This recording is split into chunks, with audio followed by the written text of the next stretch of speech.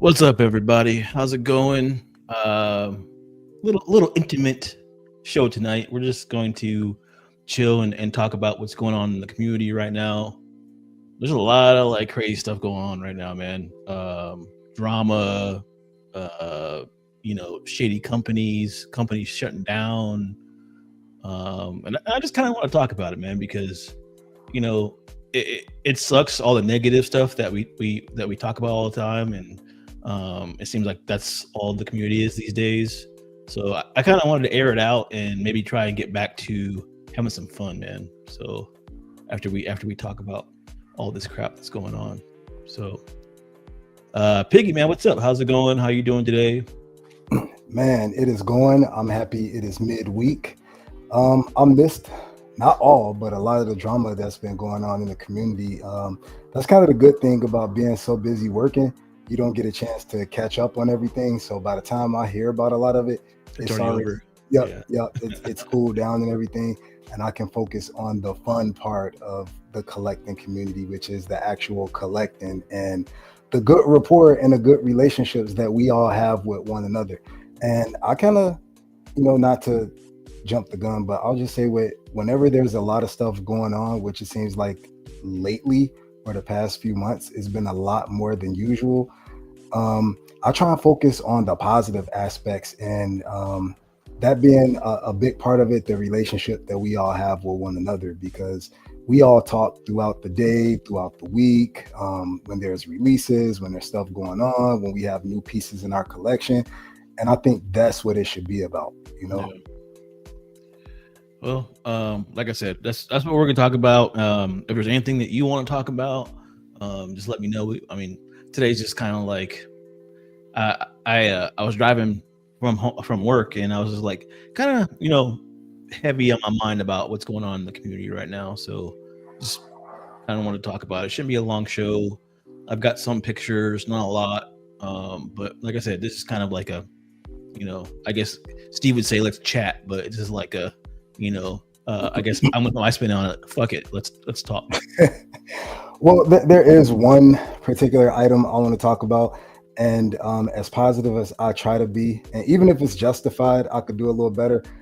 I really bashed Tweeterhead. What's up, Matt? What's up, man? I really bashed Tweeterhead a lot over the past couple of months when I used to be like their number one champion. And I think it's kind of rightfully so, although I could still rise above it at some points. I'm glad to see that they're actually gonna go back under the banner of selling their wares on Sideshow as opposed to directly.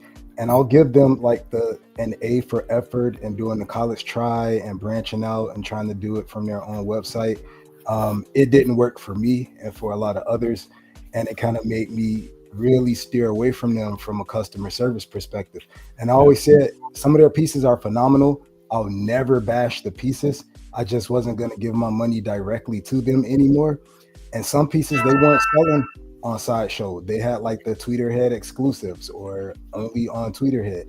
And now that they're kind of going back under the banner of Sideshow, I won't have to wait until it hits the aftermarket, or maybe some of the pieces are with the retailers and the resellers. I can get it directly from Sideshow, and I can go back to supporting them. Because I always said if they improve their business model, or they got better with the customer service, I would go back and give them a chance. And I think this is a step in the right direction. For however long, them coming back under the banner of selling their stuff on Sideshow.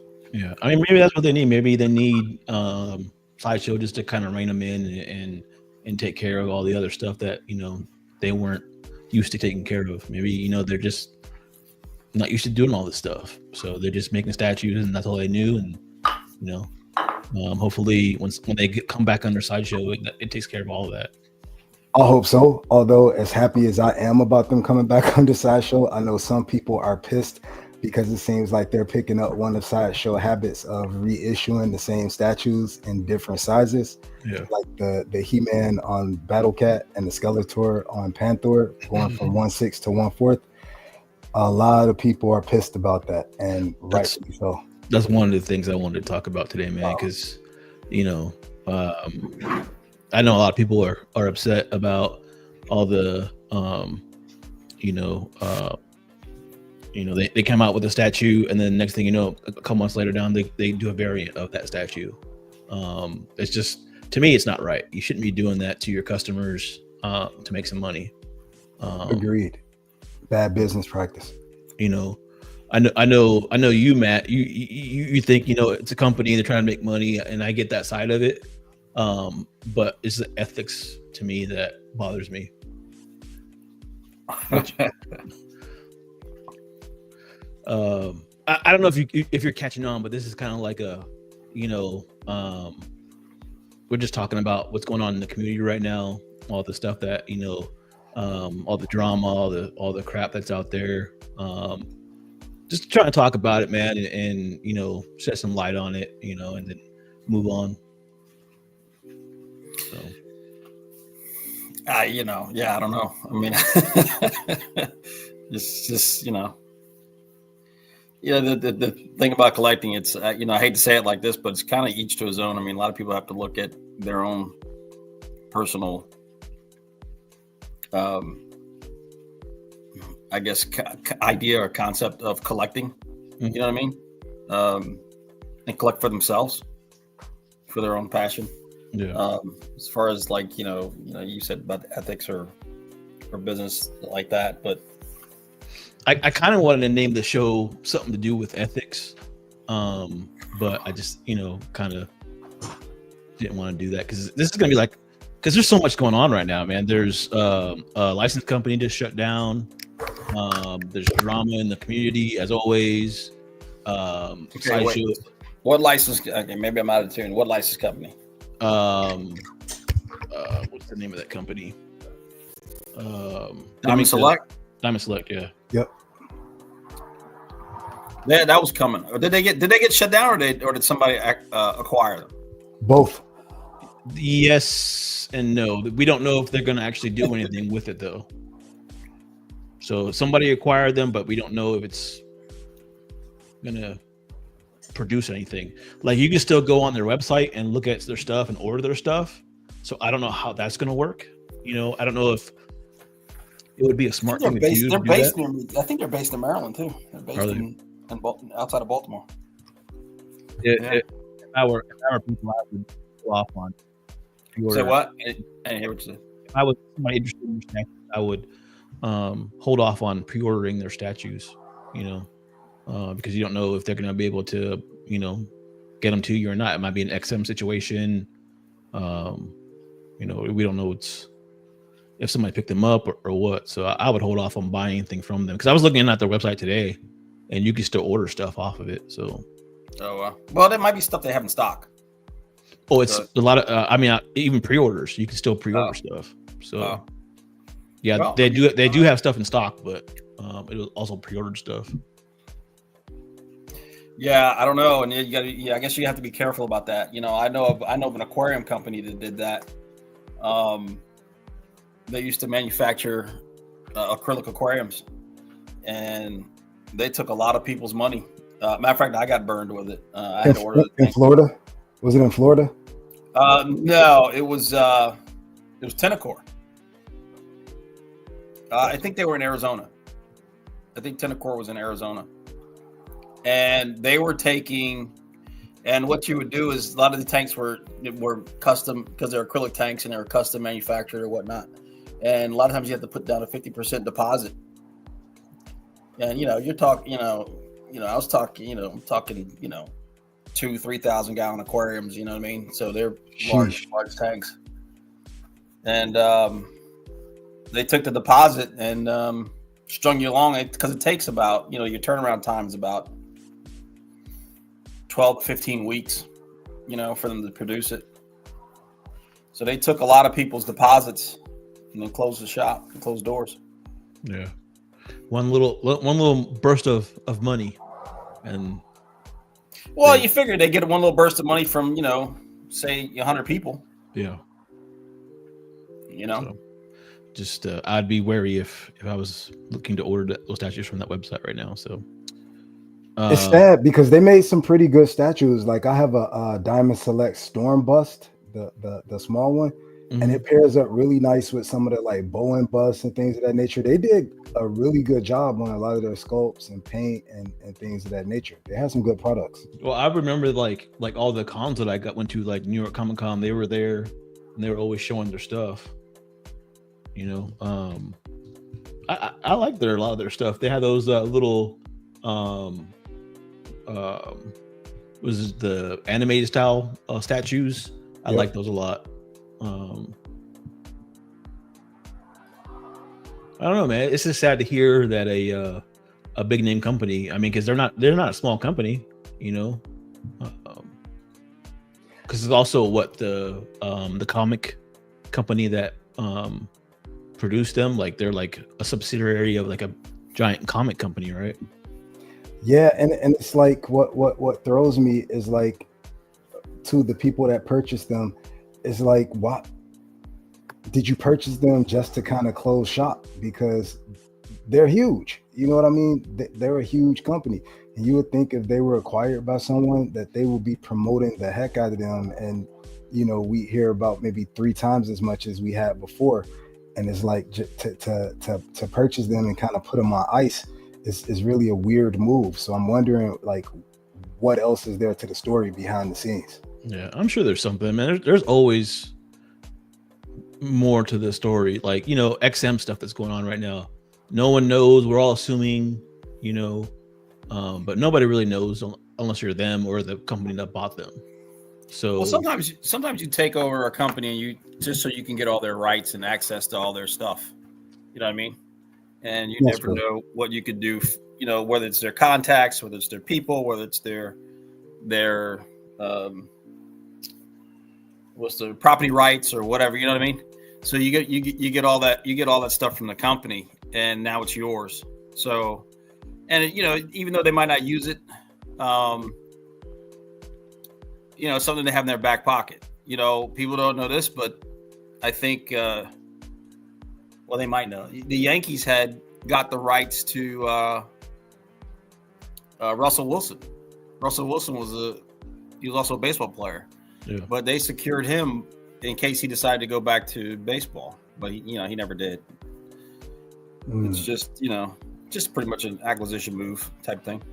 Yeah, gotcha. Customs. What's up, Steve? Customs are killing companies.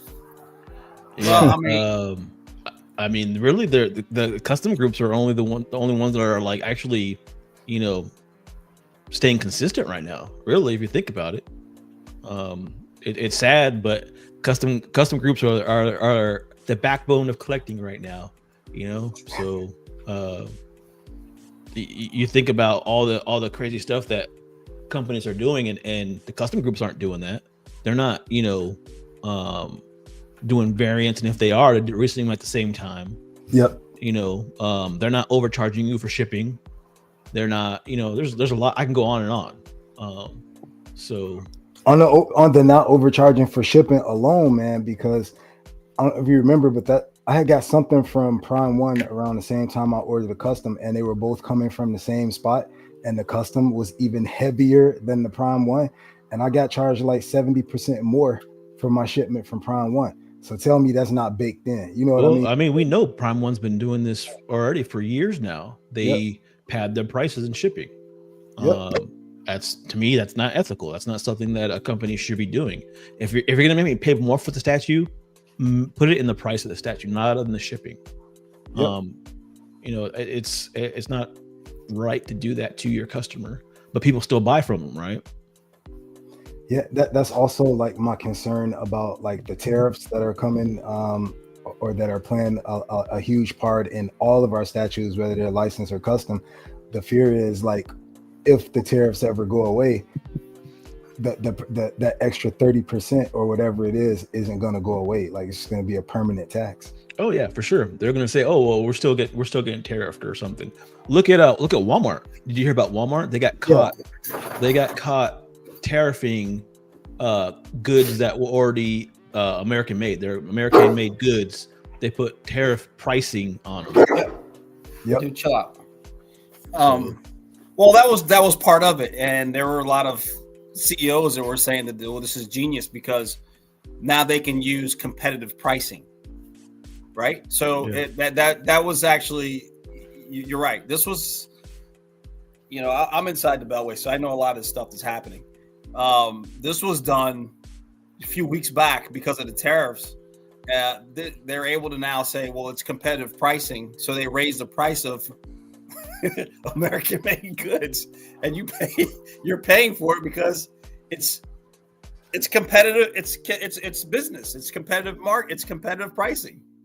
So, and the funny thing is, it'll last for not a long time, but it'll last enough so they can get a good bonus out of it. You know what I mean? Or get a good bump out of it, and that's part of the thing. So I don't know. That's what you put big business in government. That's what's going to happen. Yeah. Real fast, since people are starting to get into the chat, just want to say hi to everybody. Carl, what's up, man? Dennis Perez, man. My Puerto Rican friend, what's up? Nelson Ortega, what's up? E-Man, how's it going? Let's see here. Casual says hi to Piggy and Matt, but then goes hi to custom produced host. I'm thinking he means me. Jarhead, otherwise known as Robert. You know my name, aka Galacticus. Say my name. Pedro Lopez, man, you always have the best thumbnails in the game. You're the best thumbnails in the game, buddy. And it's Casual said inside the Beltway means we're in DC where the rules are made. Yeah. Pedro Lopez says hashtag cancel CMP. I agree. We're gonna start a movement. Actually, he already canceled himself, right? Where's the shows at? Wow. But yeah, man, like I don't know. Like, is collecting even fun anymore to y'all? Like, is it like something that we're just doing just to do at this point? Like that's what I feel like sometimes. Like, so it's all the energy, the positivity is getting sucked out of us a little bit at a time. Yeah, it's funny you mentioned that because I was thinking about that. It's, I mean, I've been collecting for a minute, right? Since the 90s, but I think the sugar rush, right, has subsided somewhat. I think it's one of those things to where people who've been collecting for at least a couple of years, it's nothing new to them now. So they're kind of like settling down. Yeah. And I think part of it also is just out of pure economics, right? You kind of smell a coffee, and it's like, do I spend $1,000 for this? Or do I kind of like, do I need that right now? People are getting a little bit more focused and a little bit more exclusive on what they're collecting, as opposed to, I got to finish this line, or I got to, what's the term when impulse buying? Yeah, I think impulse buying has ceased, right? Yeah. And I think that's strictly because of prices. You can't. Sideshow used to be the most economical company, right? So it was easy to collect. It's easy to collect the $600 or $700 statue, right? You see, okay. I mean, they used to be $300, $400. Then it kept creeping up and creeping up and creeping up. And then there was like a happy medium around $600 or $700. But now when you're looking at statues north of $1,000, excluding shipping, you got to hit the pause button. Everybody will. And I think that's what's happening now. And it's now that every company has there's no more statues less than 1,000 or lower than that $1,000 range. You know what I mean? So it used to be like, okay, I can get Sideshow, but then if I want to go premium, pay a premium for something, I'll go to Prime One, or I'll go to XM, even though XM was quarter, but they were able to produce those pieces that made you go, yeah, this joint's tight, But now I think a lot of collectors are like, 1K is a lot of money. Whether you're, you're paying on your credit card or you have the payment plans or what have you. And, once you fall in that trap of 4 or 5 POs, you don't go back into that trap again. You know what I mean? No. You learn your lesson. So I think we're seeing that. And I think that's what's happening. My rebuttal to that, okay, yeah, prices are going up and everything. The way the world is going is crazy right now, right? Like all the like we don't know what's going on, and tariffs this and tariffs that. But what I really think, because you see all these collectors leaving the hobby, right, and selling all their statues. I think it's the community, man. I think the community is pushing people away. There's so much hate and negativity in the community. I think people get tired of it and they don't want to do anything to do with statues anymore. Really? Yeah. So no, go ahead, Matt. I was gonna say I don't know. I mean, maybe my ear's not to the ground as much as it. Yeah, even Steve made a comment a while back. It's fun. The drama, the haters are draining the fun for most. Watch a Prime 1 showcase come up and we'll get back into it. I mean, because I'm in so many groups and I know so much about, I'm on the Facebook groups and all that stuff. I see so much of it out there, right? Like maybe the average person doesn't know, but give me, I'm not going to go into the details. No. Just give me. I don't want details. Just give me. I need an example of what you're referring to, because groups, I don't know. I'm not seeing it. I'm just seeing of groups hating on other groups. Groups, groups hating on other groups. Yeah, other drama. YouTube people hating other YouTube people. Like it's over collecting, dude. Like we're getting into so much drama, and it's about collecting. We're collecting statues, Yeah. So here's the thing to that, and this may be different, and it may depend on the individual. I collect because I've always collected. You know what I mean? We talked about this before. It's been an evolution from now it's Star Wars statues. It used to be those little horrible Kenner figures, which were real collectors have collected their whole lives, something or the other. Yes, and the pieces I get, the excitement I feel is generally because of the nostalgia and the connection that I have to the character that whomever that statue is based on. Yeah. So, and this is just for me. Just to give an example, if Matt and Jarhead have a full blown out war, I will be like, that sucks that they're having that war, but that's not going to pull me away from the fact that I want that Martian Manhunter as soon as LBS drops them. I can separate what's happening in the community, and even with some of the companies. Yeah, it sucks what a lot of the companies are doing, but that's not going to negate my love of collecting. I still want that statue. I still want to see how it looks in my collection. Now, that may make me want to say, hey, I'm going to avoid the groups because it's too much drama, or I'm going to avoid this show or that group or this particular Facebook. But really, how do you get out of the drama, right? When the groups that you are looking for these statues, the people that are talking about these statues, it's the drama. Like you have to get into the groups to find or information about these statues, to look up, what people are thinking about the stuff. Like you're gonna run into the drama no matter what, right? Here's how I do it. You gotta ignore it. Yeah. Next. Yeah, ignore it. Yeah. Ignore it. Ain't got nothing to do with me. Like I saw something. It ain't got nothing to do with me. I saw something last week that was pretty terrible as far as in the community without going into it. And my first thought was, what in the entire FUCK? Everybody in this hobby is pretty much so far over 21 that we've surpassed it twice and coming up on it 3 times. You know what I mean? Watch your mouth. Watch your mouth. But so it's like, okay, this was pretty horrible. I don't even want to see this stuff. Like Matt said, I'm gonna keep it moving. But that's not going to negate the fact that I can't wait for that Archangel to ship from Sideshow. You know what I mean? Or I get it. I can't wait. You just got to separate, because I think with anything in life, especially in the state of the world nowadays, no matter what side of the aisle you're on with anything, there's drama. That's just a part of just pretty much every aspect of life.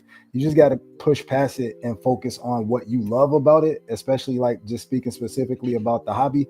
If you love the statues, keep it on the statues. If you love certain groups that aren't like drama filled, roll with those groups. If group A is just trash and you like, I can't get with them, this is ridiculous, they're too old for this, roll to group B and C and just focus on your statues and stay cool with the people or the groups that you're cool with, because none of us should allow the drama and the negativity to take us away from our love for the hobby, especially with how much these statues cost, man. Nothing's going to ruin my feel good about this statue. With it, I done paid this much to get it shipped to me. I'm focusing on this statue. Yeah. I don't know, man. I think maybe it's harder because we're, you know, we're engaged with the community a lot. Like maybe, you know, I wouldn't say like, because I don't consider myself necessarily a YouTuber. I just have a show, and I talk about stuff. But I think I see it a lot, maybe more because I'm in so many pots, you know, and I just want to get back to the fun, man. Honestly, I just want to get back to everybody being cool with everybody. Remember them days when everybody was cool with each other and we were all hanging out on each other's shows and we were all talking, you know, smack about, you know, and just having fun. But it was pure. I love the pureness of the sport back in the day. But I think there's gonna always be some element of negativity, and we just gotta push past it. Like, I'm gonna give you an example, and I'm not sexist, so I'm gonna be real careful with how I say this. Something sexist. He's gonna say something sexist, guys. Yeah. But so my last role before my current role, I managed like 90% women on my team. And I don't drink, but it was getting to the point that when I pulled up to the parking lot, I wanted to hit the liquor store before I went in the building, because they were like the whole day, the whole shift, every day.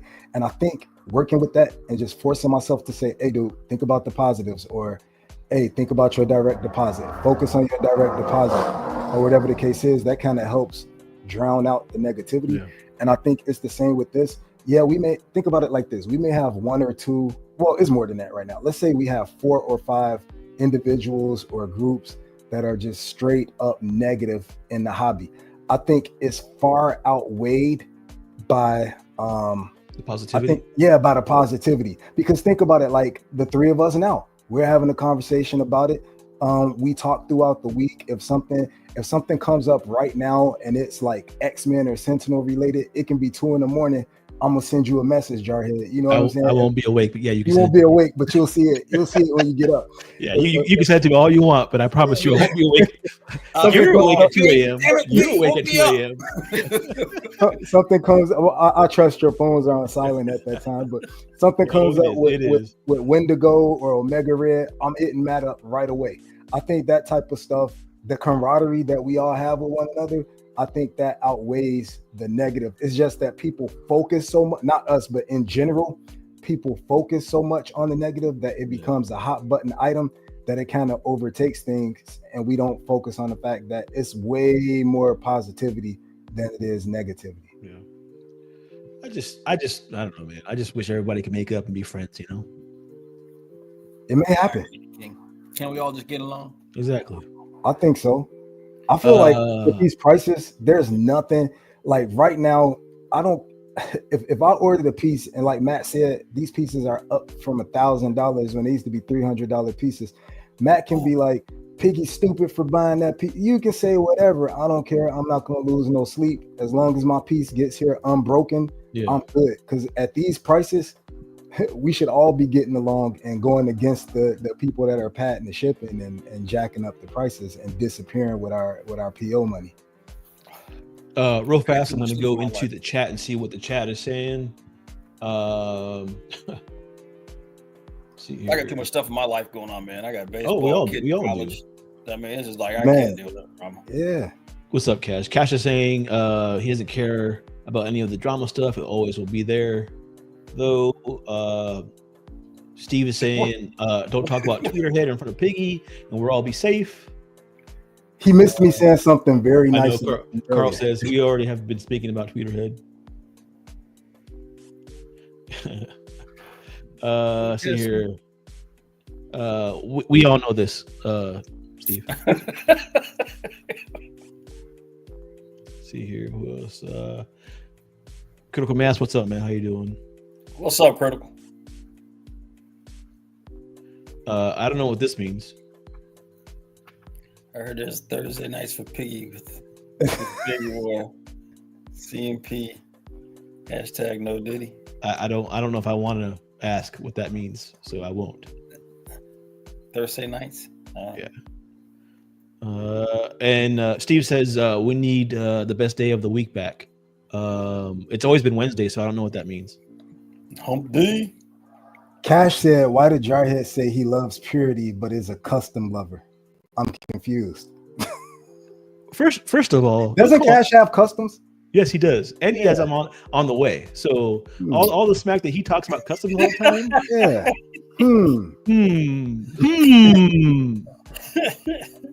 Let's talk about that, Cash. Why don't we?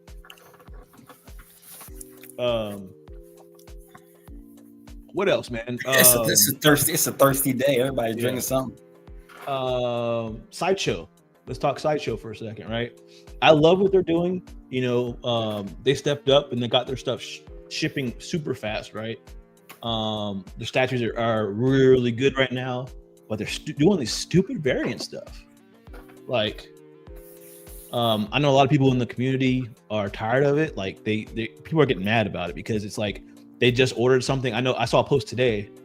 Somebody ordered an Archangel and then asked Sideshow right off the bat if they were going to do an X-Force variant before he pre-ordered, and they didn't say anything to him.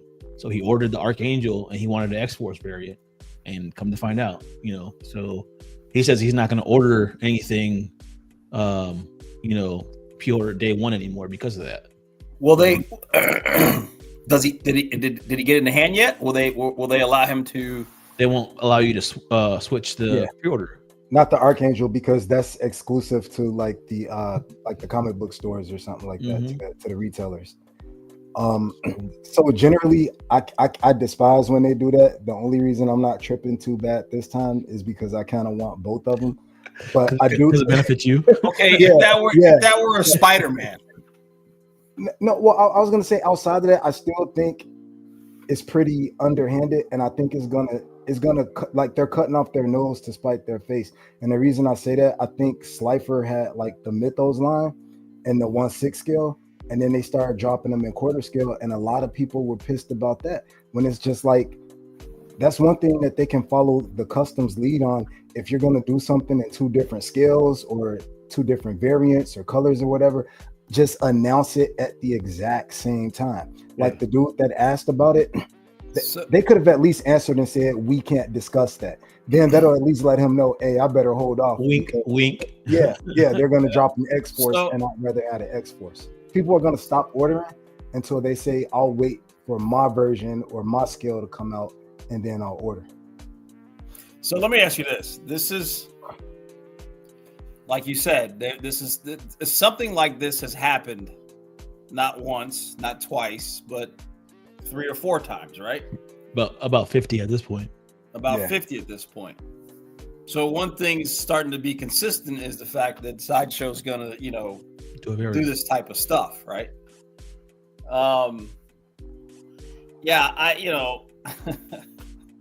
So, when you hear them say, well, we didn't know this was going to happen, or we did, they kind of get quiet on that. So it makes you wonder that it's pretty much intentional at this point, right? Yeah. So it's kind of, I mean, I don't know what to say. I mean, it's intentional, I did this unboxing of this Weapon X the other day, right? And me and Steve were talking, and I just realized that this was the first Sideshow piece that I PO'd day one and went through all the whole process and paid for shipping and everything. It was the first Sideshow piece that I've actually pre-ordered and I received. I just thought that was crazy. Wow. Yeah, very first Sideshow pre-order that I've ever ordered. Was it your? But is it your only Sideshow piece, or you got? No, I had Thanos on Throne as well. Right. Okay. But you got that. I got that aftermarket. Yeah. But this is the only Sideshow piece I've ever owned outside that. Gotcha. Now I love what Sideshow is doing, but I don't appreciate their business practices sometimes. So. Do you think that, like, let me ask you a question. Say for Ghost Rider, do you think that was always in the plans? No, actually, no, I don't. But when they saw that it took off and they saw the aftermarket, I think that's when they stepped in. They're like, hey, we need to make some more money off this statue. I don't think that variant was ever planned. But do you think all the 1200 ES sold out of the original one? Yes, it sold out. There was a big demand up for it. There was people selling that statue on eBay for twice the price. If anybody put that statue on the BST, it sold out. Yeah, but I thought it was coming in. I thought there were batches of it. You think they did all that? They ran the whole batch and got all the whole batch. All 1200. It was all 1200 was gone. So I don't think they modified the existing ones to make them the new one. You know, is that what you're saying? No. Well, yeah, I guess I would be saying that. Yeah, I don't think that's what they did. I think they sold out, and they saw that it did so well, and I can't blame them for that. But to me, to me, when I get in the hobby of collecting something, I collect stuff that's rare. I collect stuff that you're not going to reproduce, that is only going to come out one time, right? I've always had that mentality. I'm a collector at heart. I know you're the same way, Matt. Piggy, for the most part, I think you're that way too. You know, I know a lot of people in the hobby, that's the new thing. Oh, I don't care about ES. I don't care about, you know, but to me, that's not being a collector. You're collecting something rare and special, right? That's what a collector does. They don't collect rocks. I can go outside and get a rock right now, right? But I'm not going to have 50 of them in my house. You know what I'm saying? If it was a diamond, yeah, I'd go out there and get a diamond and bring it in my house. You know what I'm saying? So I don't understand the, you know, and I get the art. Oh, it's art. I love art, you know, and I don't care about ES. But to me, a collector collects stuff that's rare or has a small ES. So go ahead. Yeah, I'm like that with a lot of stuff. It's like, Piggy, well, what would you think if you saw a guy with a Clarion Angel in his tank? Yeah, that's what I'm saying. It's like beyond the ES size, I think my bigger issue is I'm okay with you releasing variants, scales, exclusives, all of that. Just drop it all at the same time. And if you can't drop it all at the same time, at least let me know that it may be in the pipeline. And I think at one point Sideshow was really good at doing that. Like the Ivy Deadly Nature, when they did the flesh tone and the green skin at the exact same time, they were like, we're doing X amount of this one, X amount of that one. And when they're sold out, they're sold out. But give people the option, or at least let them know it's on the horizon. Because hold on. Let me question that. Did they both sell out? The green did. I think the green one sold, because I had to buy it on the aftermarket. It sold out within like maybe 2 days of. What about the flesh tone? Yo, I'm not sure. Are you saying? See, but I mean, so you're a business guy in a board meeting in a suit, and the only thing you care about is your bottom line, right? Because you're not a collector. I'm not a collector. I just want my money. I don't care less about you collecting people. You think he's going to say that? You think he's going to say, well, Well, let's be fair. Let's be fair to the guys, or should I get my money? Well, part of the bottom line, like if you do forecasting and things of that nature, you know that like customer retention is a huge part of that. And I'd rather say, hey, we might not do as well on the front end if we release the flesh tone and the green skin, because the green skin sold out, but we still have 100 of the flesh tone sitting in the warehouse, as opposed to we're going to drop the flesh tone, then we're going to wait 2 months and we're going to drop the green variant, and now we have about 20 people that are lifelong customers, and they're like, oh my god, man, if I would have known you were going to do this, I never would have bought that. I'm never buying anything from you again. I'll just get it on the aftermarket if I want something from you guys. You know what I mean? Like if you lose your built-in customer base because of kind of like unethical business practices, then you're really not making you're not making any profit that way either. Yeah, but the argument, the flip to that, devil's advocate to that is, you're gonna buy it you're gonna get it. You're gonna get it because you love it, and you're a collector. You're a comic book guy, and you're gonna get it because you love it. And you'll get mad at me for a little while, but guess what? I'm gonna put out another piece a month, 2 months later that you're gonna want, and you're gonna go ahead and say, I gotta have it. I really like that piece. I don't like what they did to me on this one, but you know what? I'm gonna come back. I'm gonna dip back into the well, and I'm gonna buy this piece. And that's happened over and over and over again, and they know it. You know what I mean? So it's kind of like having the customer base. We're fueling the bad behavior. So we're fueling the bad behaviors, so to say. Yeah, we are because we love the hobby. Because we love it, and they know honestly, that's kind of why I stick to customs anyways, right? Because it's a smaller ES and it's a rarer statue, right? Right. I've always gravitated more towards that. Not to knock all the other stuff, because there's a lot of great stuff, like Prime 1 stuff is really, really good. But I've always gravitated more towards customs because of that. And that's just how I collect. We all collect differently, right? So Critical Mass says he doesn't care about ES. He just buys what he loves, which that's great, man. That's awesome. But that's just not how I've grown up collecting. I want that rare item. I want that, hard to get thing. I've always been that way. So I just want to feel value for them. Price either. What's that? Matt, my bad. What'd you say? He just cut out. I just want to feel like I'm respected, or I'm valued with the amount of money that we're spending on these pieces, not even including shipping, but I want to feel like you value me as a customer. And I feel like the big name companies aren't doing that. Yeah, that goes a long way. And Jarhead, I'm with you. I feel like I've had a much better experience.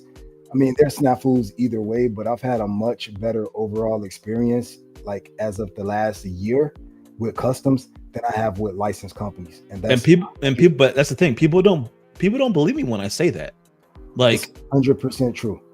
Like just today, I've seen 2 custom groups. The guys in the group say, "Hey, this is what's going on.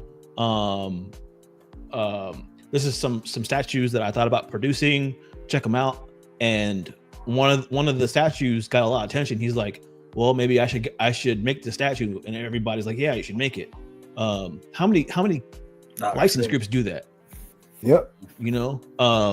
Gave shipping updates, saying what's going on with the shipping, giving you a heads up when payments have to go through. A lot of the license companies, payments come through automatically. They barely give you any kind of heads up. Customs groups, they will work with you on stuff. What are you gonna say? Yeah. No, sorry. I guess my connection got dropped and I went out. What's up, Joe? Yeah, I was gonna ask you, Jarhead, I guess that's what we transitioned into. How would you compare your experience? Like you said, that's your first PO with Sideshow. From I don't know if you did payments. No, I just did. I'm never going to give a company all the money up front. All right, so you just did a deposit? Yeah, I did a deposit, and then I paid for the rest of it when they notified me when it's about to ship. Oh, okay. So yeah. So what did you? Well, I guess it's a little different. So, but what did you think of the process compared to the custom process of PO? I guess you were getting into that. Yeah, I have, and the better custom groups, which I'm a very big advocate for. Anyways, like if you're gonna get into customs, get into the better ones. I feel like I have more, not a say, but more of like a input, or I see more detail of what's going on with that statue I ordered, more so than I do a licensed piece. I will see it from concept to when it prints to when it paints, to when it's about to ship and they're producing them. The quality control. They show all these processes. If there's a problem in any of those processes, they let us know 9 times out of 10, if they're a good group. They give us a month, sometimes 2 months ahead of time in advance on payments. Say, hey, this is what's going to happen. Also, because you've been in the custom groups for so long, okay, you got your pre-order, right? You got your prototype when you have to pay money. You're going to have to pay when it paints. So you're kind of used to that schedule, right? You know how the schedule works for customs. On the license side of it, hey, you owe us money. Pay right now. Yep. That's what happened with Weapon X. I had 2 statues on pre-order. I had the 1/4 scale Vader and Weapon X, both on pre-order. That was the only 2 statues I have licensed. Well, no, I have Prime 1. I have some Prime 1 stuff, but that was the only stuff I have from Sideshow, and they both hit at the same time. And that one, Weapon X, wasn't supposed to ship until 2 or 3 months from now. You're on mute, Matt. That it wasn't supposed to ship for like 2 or 3 months, so I wasn't prepared for it. I was prepared to buy one right now, and then in a couple months pay for the rest of them. But they both drop at the same time, so I had to choose which one I wanted more. So right now, that put a real sour taste in my mouth when it came to that. So you let the Vader go? I let the Vader go. Oh wow. Do you think you'll go back and grab them, or you're soured with the experience and you like forget it? I don't even. Well, now I'm just gonna pivot to PCS because I know they're gonna do their 1/3 scale line, right? I want that Darth Maul, I want that Emperor, and I know they're probably gonna make a Vader to go along with it, right? I'm pretty confident they're gonna do that. So having all those 3 guys lined up, I think that's gonna look badass. Did you get the silicone? Yeah. Yes, that's not the silicone Emperor, the one on throne. I like that one more. No. I mean, silicone the Darth Maul. Maul. Yeah, the Maul. Maul. Yeah, my hands are down for that Maul. Yeah. I gotta. I just don't do 1/3, man. I've been debating on that. I don't normally do it either, but since they're museum piece, right? I think I can, get away with it, and I'm not gonna go crazy on it. I just want to get, the majority of like the original trilogy, and maybe a couple other characters. That's it. I'm not gonna go crazy. I don't need every single character. I don't need a character that was in the bar scene one time, and he was playing a flute or some weird shit. I don't need that, The flute is the exclusive. I don't know, man. Am I gonna get a full statue? That's another thing. So take off and pay a lot of money for just the robe and the face. Yeah, but it looks badass though. It does, man. But damn, man, that's a lot of money, man. It is a lot of money. Was it $3K? So how I'm gonna do it, and I said this before, when I order anything from PCS, I'm just gonna order through Sideshow because I know, if I need to return it or if there's a problem, I can just go through Sideshow. I don't trust PCS's process at all. Man. That's another thing. Quality control, PCS, right? Why do I got custom groups having better quality control than a licensed company? Dude, just keeping up with the payments alone, like the payments were messed up on the website. We switched to a new website. The new website failed. Then they switched back to the old website. Then you can't even see what you picked. Yeah, man, it's a whole. I want them to succeed because they have a lot of great ideas. They have a lot of great sculptures. They have a lot of great things that are coming from that license company. It's just the little shit's killing them. Talk about that Conan for a minute. I don't know if you got pictures or not. I don't know if that's coming up or not. We can talk about it. This is, like I said, this is just kind of like a talk from the hip, show tonight. PCS, man, like they have potential. Like a lot of their ideas are really, really great. They just need to catch up to those ideas, if that makes sense. Like they're great ideas, but they need to, make it to the end. Like they need to have great customer service. They need to, they keep falling short in some area. Like this is like I said, they have potential. Yeah, they just keep falling a little bit short every once in a while. They keep having like almost moments, almost. But I love the stuff that I got from PCS. I just wish they would. And this one here is a small gripe, but their website is ridiculous. But I'm in on their 10th scale Street Fighter line.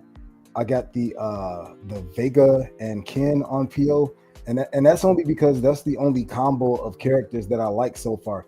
They've been doing these weird combos, and I get the reason why they're doing it, but it's like, man, come on, like it'll be like Ryu and Piggy, Chun-Li and Jarhead, you know what I'm saying, M. Bison and Matt. Yes, it definitely should be Jarhead and Chun-Li. I have no problems with that. But yeah, man, overall, it's just little things here and there with a lot of companies lately, but not enough that I'm going to give them a hard time outside of maybe Tweeterhead. But to pivot back to one more thing about the custom groups that I'm really enjoying more than a lot of licensed groups. One of the groups, like we have a whole WhatsApp conversation going, and the people over that group will come on there at any given time and be like, hey, we're thinking about these 5 characters. You guys vote. Which one should we make? What do you think about this? Here's the here are the updates on this. Here's the mold. Here's the sculpt. We're thinking about doing this with the lips, and it makes you feel like you are really involved with what you're spending your money on. And I know every company can't do that, nor should they do that, but I think it's a nice little extra touch. They have the manpower to do that if they wanted to. Look at Sideshow. Anthony Mestis comes on the shows, right, and talks about what he's got going on. They show teases of stuff. More companies should be doing that. They came to Statue Crown with us. I appreciate that. I respect that. And that's where and this goes back to your point, Piggy, about what you said of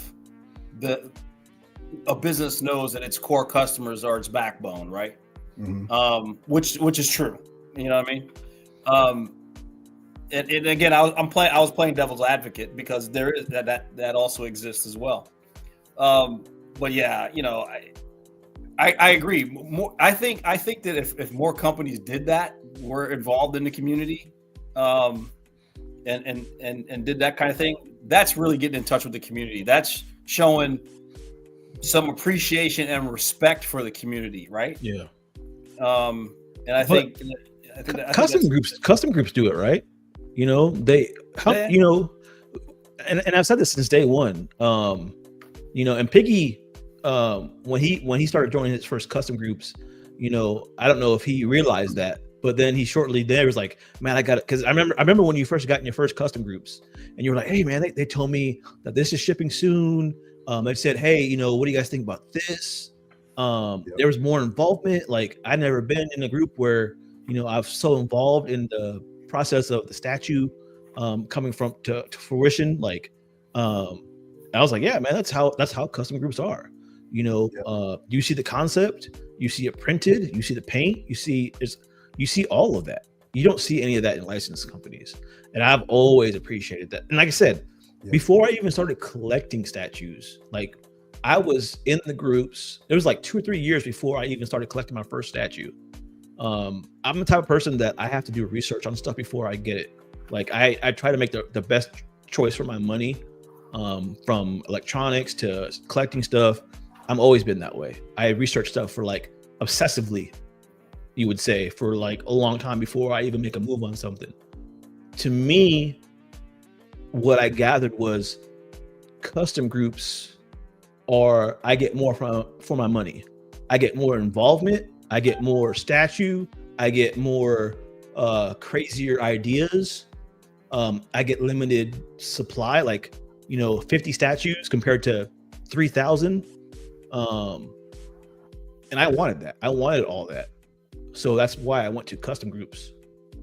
Oh my God. Like you just put something, like you just called something out. Like, for example, a lot of these pieces with the custom groups especially lately, they're like 40 pieces, 35 pieces, 50 pieces. Yeah. And I think that's a smart idea. Like, they just announced the ES size, I think, sideshow on that La Muerta statue. Mm-hmm. I might be wrong, but I think they said like 500 pieces. And I just looked like,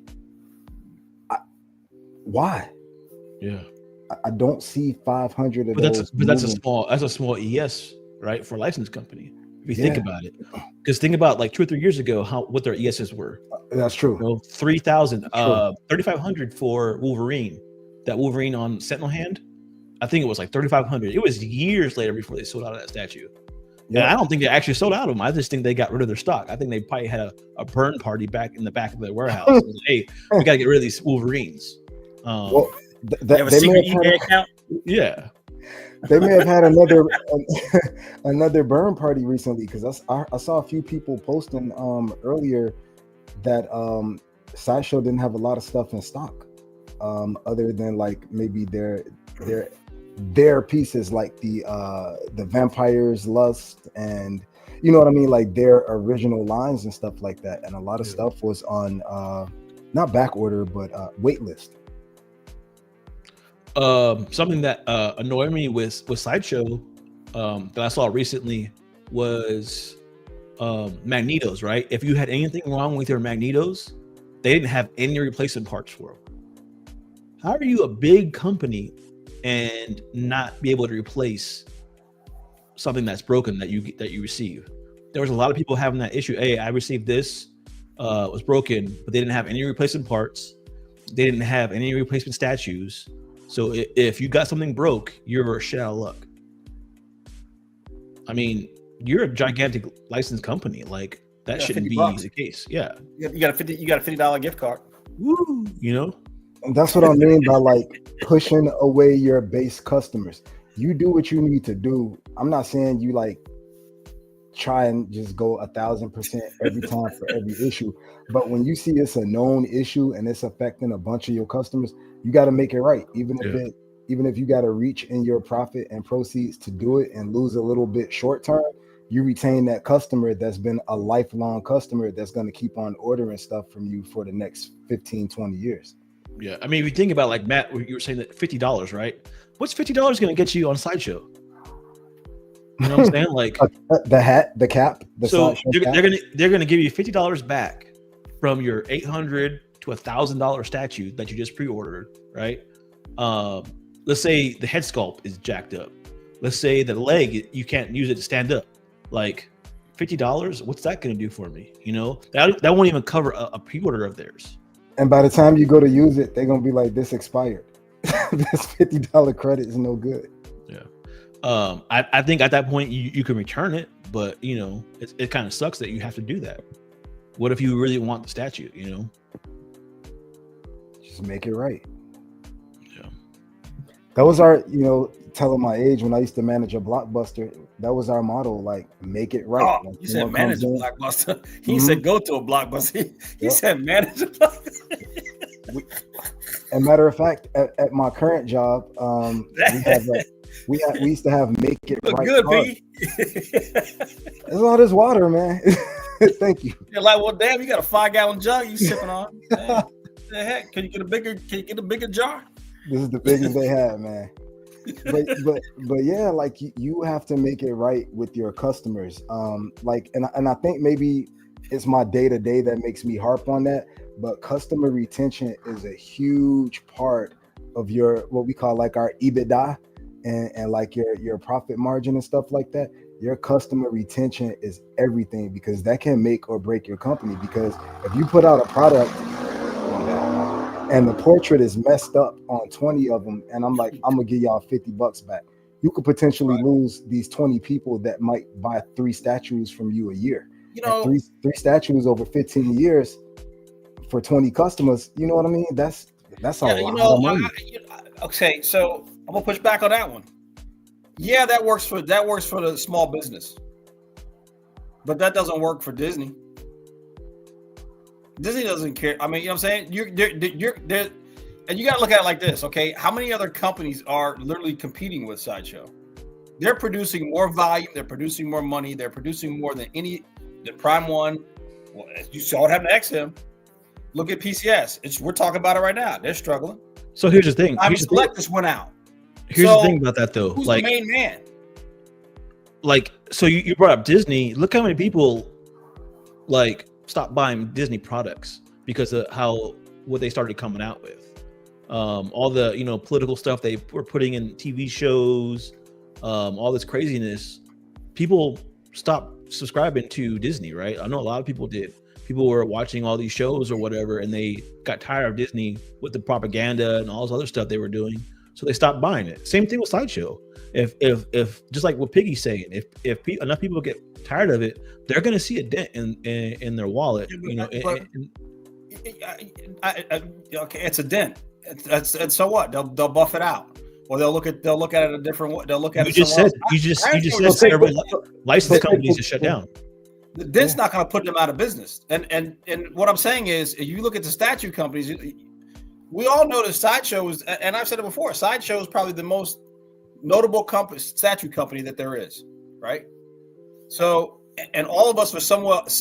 I guarantee you, every collector has a Sideshow piece in their collection. I have this one now. I got, heck, 50% of my pieces are Sideshow. Yeah, you know what I'm saying? And I love Sideshow, but what I'm saying is, they're top dog, and because they can reach so many different people on so many different things, right? They don't have just one thing that they do. They don't have just Marvel or DC. They've got it all, and a lot of collectors will go to them and get stuff. And I understand what you're saying, but at the same time, yeah, they're gonna upset a few guys, but they're gonna appease a lot more than they're gonna upset. And when you start looking at the scale, they're gonna go where the money goes. But if the dent isn't gonna hurt that bad, then take the dent on the front end and just make it right by your customers and send them replacement portraits. And like with the Disney example, yeah, they're losing a lot of business and they still keep doing the same stuff, but they have expensive backers like BlackRock that's going to fund them no matter what type of trash they bake into their programming.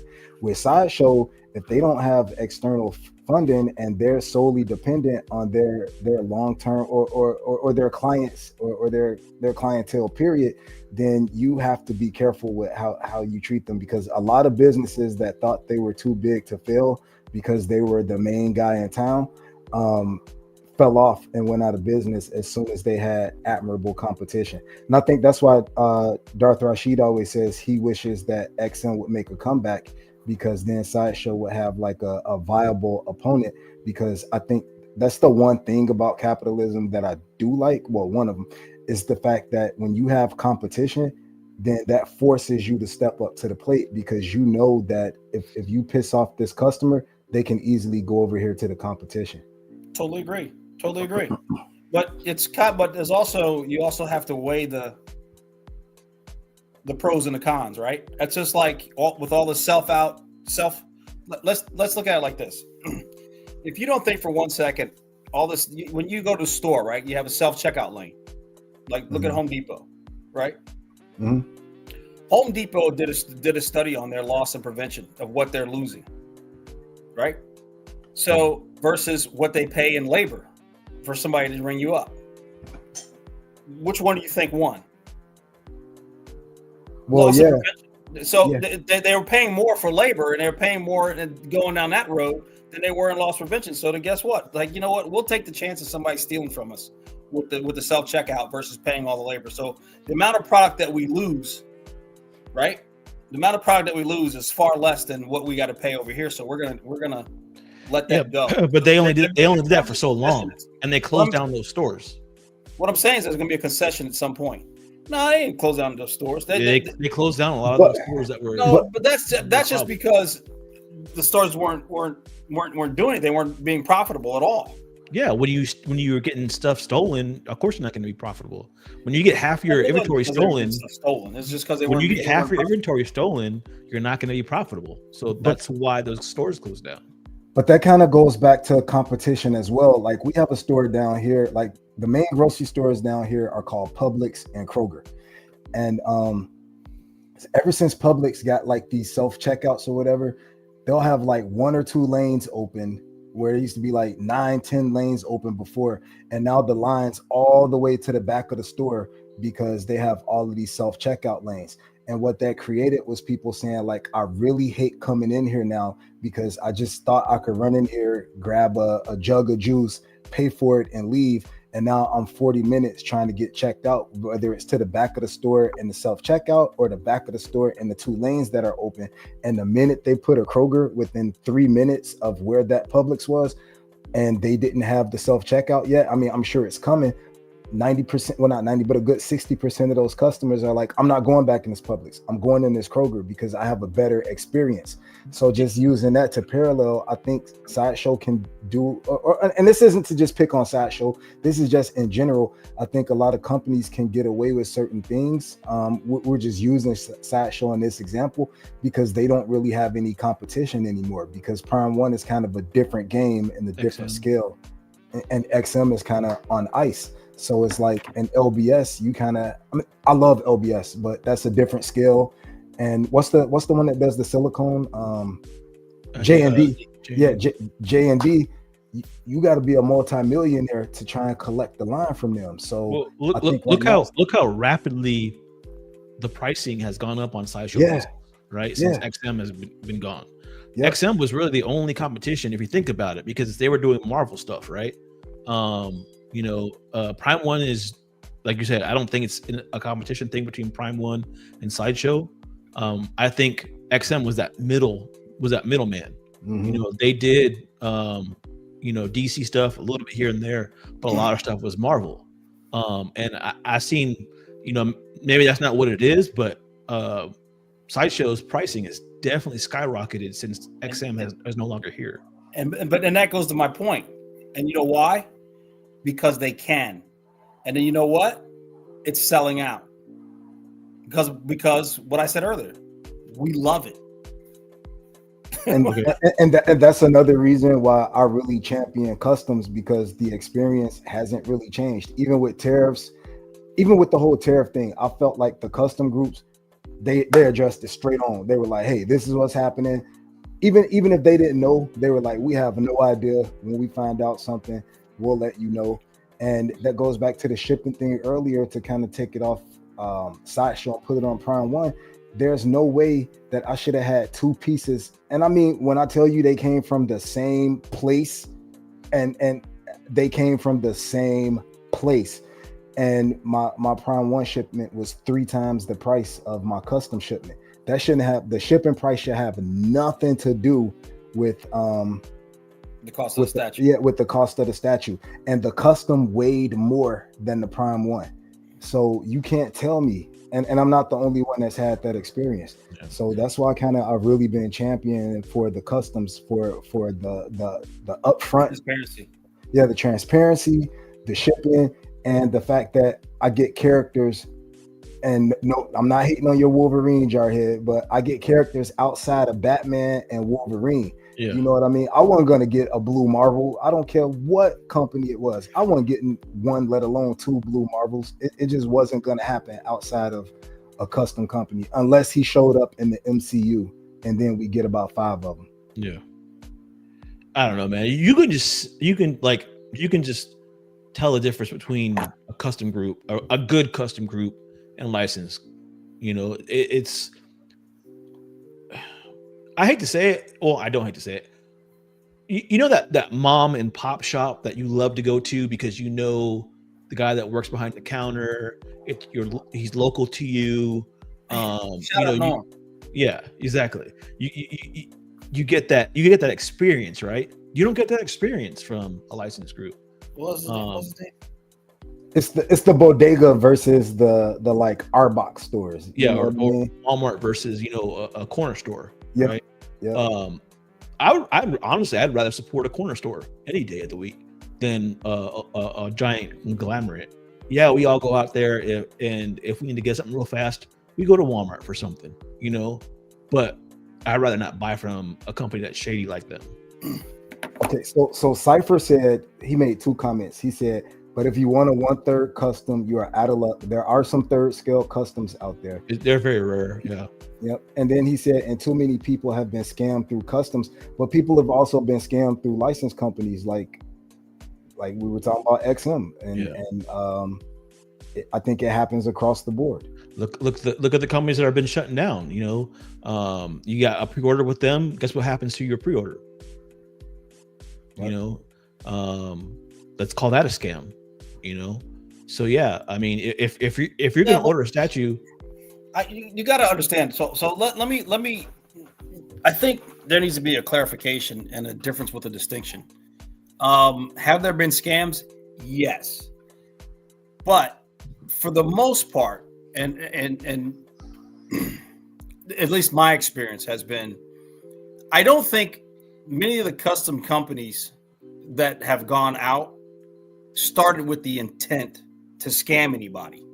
And I think the problem comes along is you have a group, or you have a custom group, and these guys collect the money because they have to pay certain things. They have to pay the artist, or they have to pay the factory or whatever. And then something happens. You get a lot of guys in a custom group that don't pay on a regular scale. So now it slows production up, or something happens and the money, because the money gets gone when you give your money to a custom group, it's gone. You might as well say it's gone, because you're literally paying on the process of having the piece produced, right? And something can happen to where the piece, the product doesn't come to full through its fruition, right? And then it's like, so then the commissioner's like, I don't know, he lost the money, he doesn't know what happened with it. Or it's gone, or the factory has it and they're not giving it back, or he had to spin it, he had to pay the sculptor, he paid somebody, and that stuff happens a lot. And unfortunately, the commissioner gets looking like he held the bag because he's the one that took all the money, but he doesn't have it to give it back. That happens a lot. So it's not necessarily that the group intentionally went out to, oh yeah, I got these suckers on the hook, boy, I'm gonna get their money, keep giving me the money, and then never does anything. There's, Jarhead, there's companies that guys have gotten the money. I mean, the factories even produced a statue, but the commissioner just didn't follow through with it or something like that. That's happened before too. So here's the thing with the custom groups, right? And I've always been an advocate of this. There are about 3 or 4 big name custom groups, right? That, I'm not saying are untouchable, but 9 times out of 10, you're not going to have to worry about them. I'm not going to say their names on here, but the big groups, they've been around. They've been producing. If you're going to buy from a custom group, look at their track record. Look at their, how many statues they produced, their quality. There's a lot of factors into buying a custom statue.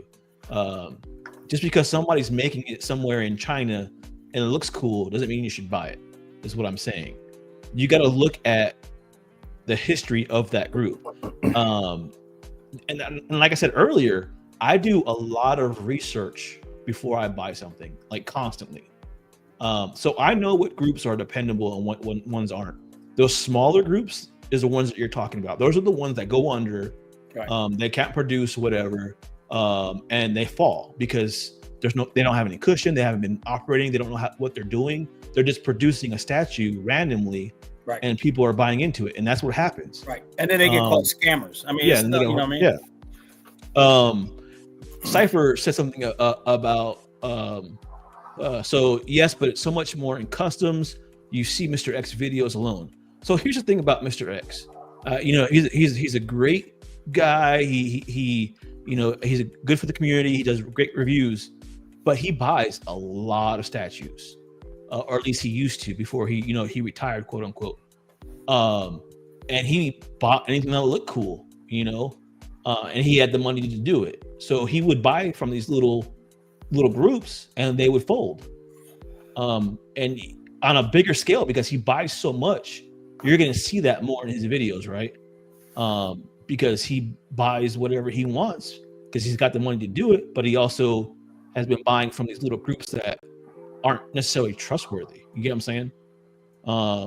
More so than the bigger name groups, because there are some that have folded that were trustworthy, but even those, they don't have the record of like the top 3 or top 4 custom groups out there. If that makes sense. I think that makes a lot of sense because we all have the groups that we know that have a known reputation that we've gotten multiple pieces from, and generally we've built a rapport with the people that kind of run those groups. You know what I mean? Yeah.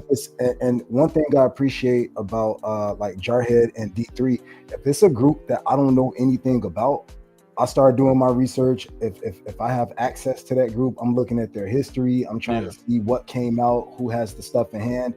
And I'll say in a minute, hey Jarhead, do you know about this person? Have you ever did anything with them? And if I don't, I'm telling you, don't do it, because you don't. You might want to wait till they produce it, get it on the aftermarket if you can. But I wouldn't take a chance on a small group. Like I wouldn't. There are a lot of cool stuff out there, but just because it's cool doesn't mean you should buy it. Go with the custom groups that have the best reputations. Like I said, there's 3 or 4 of them out there. If anybody's ever interested in, hunting these groups down, just hit me up and I'll point you in the right direction. I have no problems pointing you in the right direction. That's what this group is for. That's what these videos are for. That's what the Facebook group is for. I don't have any problems. This week alone, I probably pointed people in, about 10 or 15 people in some of these groups. So that's what I'm here for, to help people out. So yep. Nelson saying, if you have a good commissioner that values their buyers, the last thing on their mind is to steal their money. Exactly. The best thing about the established custom groups that we kind of frequent a lot is that you also build a relationship with them as well. You know what I mean? To the point where sometimes they're like, hey, I know you're a fan of Doom. I got this, we might be dropping the Doom. Mm-hmm. and it's good to have a rapport with them. There's so much communication in these small groups, man. Like I said, it's that mom and pop feeling. Hey man, I'm making this, or hey, I talk shit to some of the commissioners now. Hey man, like, hey, that other commissioner is better than you. He's producing a better statue. You're both doing a Wolverine, and his is better. Like I just talk shit, because I'm cool with a lot of the commissioners now, and it's a different feeling for me. Like I'm more involved in the process of that statue that when it gets to my hands, so. That's just what I'm trying to convey to a lot of the licensed people out there, because again, this is why I kind of started this group, because that's all I ever heard was custom stuff's overpriced, there's too many scammers, shipping's too expensive, all this stuff, and that's all you ever hear. You still hear about it every once in a while, about how customs are more expensive, and that's not the case. I think to be honest, I think that. Sorry about that. I think that I said that Sideshow is they're the top dog, and you've got other companies that aren't doing as well and what have you. But I'm sorry, I think the custom game is what's creating the competition now. And I think that a lot of custom pieces are the quality and the price and everything else is just as good, if not better, than a lot of the licensed pieces. Yeah. Matt and I both have a Wendigo piece, I believe, and I'll put that up against any licensed piece any day of the week. I'll put either one of these pieces up, the Surfer or that Omega Red, to any licensed piece any day of the week. I think we were like 6 months later, still like, man, this Wendigo is dope. You know what I mean? Like half a year down the line. How heavy is the head? Yep. You know what I mean? Cypher saying, I'm not against customs. I have one on order actually from a new one. He's got a Madeline Pryor coming on the way. And what was that process like, Cypher? Like, you're in that group, obviously. What do you think about Is that his first one? Yeah, I think is that your first custom, Cypher? What's it like being in that group? Because I'm in that group too, and I see the updates with that statue, right? You don't get that in licensed companies. And Random Korean saying the expensive customs are usually aimed towards those 1/3 size ones, big boy pieces. So lately, I haven't seen many custom pieces go over $1,500. Gigantic pieces. That Magneto on Sentinel throne, that huge one that I got coming, that was $1,500. Huge statue. Silver Surfer versus Wolverine, $1,500. 2 quarter scale statues. I don't think I've seen that. I think Vision has that dark side on throne on PO. Man, that piece is huge. That was $1,300. It's $1,300, man. Well, you can't beat that. 14. You can't beat that. $1,400 for a gigantic piece. Yeah, man. People don't realize it, man. People don't realize that you're getting more of a deal a lot of times on these customs than you are, because they're just seeing it on the aftermarket, right? When it pops on the aftermarket and it's like $2,500, $3,000. You know, that's not how much it was when it first came out. I rarely see anything over $1,500. Gigantic statues. What were you saying, Matt? I don't know. Silver Surfer and Wolverine. I don't think I saw Silver Surfer. It's a diorama. You seen it? I think I've had it in the. I showed it on the channel. So. See, that's how I get out of all the drama. It just keeps going. Yeah. So I don't know, man. Like I just wish, you know. Okay. I realize not everybody's gonna go custom. I realize that. So, but well, hold on. John says, yeah, customs you can make cheaper, less people to pay. It's not a matter of making it cheaper. It's the price is the price. You mean you don't have to charge as let's put it this way. You don't have to charge as much because you don't have overhead or people to pay. Well, it should be the opposite with license, right? The quality of the piece. It should be opposite with license, right? If you're going to print 3,000 statues, right. why is the statue $3,000? Right. It has nothing to do with it because you got to make profit and pay a whole bunch of other people. Yeah. If you want to buy into the system, buy into the system. Yeah. And like we were saying, that gigantic Magneto statue that I have got coming, $1,500. It's probably going to be 5 boxes. That's how big that statue is. Dark Side on Throne, $1,400. Massive piece. You know, to me, like I've always said, you get more value with a custom piece. You're getting more out of it. Versus, you know, like maybe, you know, you have more input on that statue. You see it from start to finish. By value, I mean everything. I mean like the community. I mean, like all the information that you're getting as it gets produced. I'm talking about the cost of it. I'm talking about all of that. To me, that's value. So M. Jacobson 97 asks, is custom shipping cheap? We were talking about that earlier, and I had something come from the same spot, one license, one custom, and the license piece weighed less, and it was like 2.5 times as much as what the custom cost to ship. The custom does. The last few customs that I've purchased or that I've got in were not expensive to ship at all.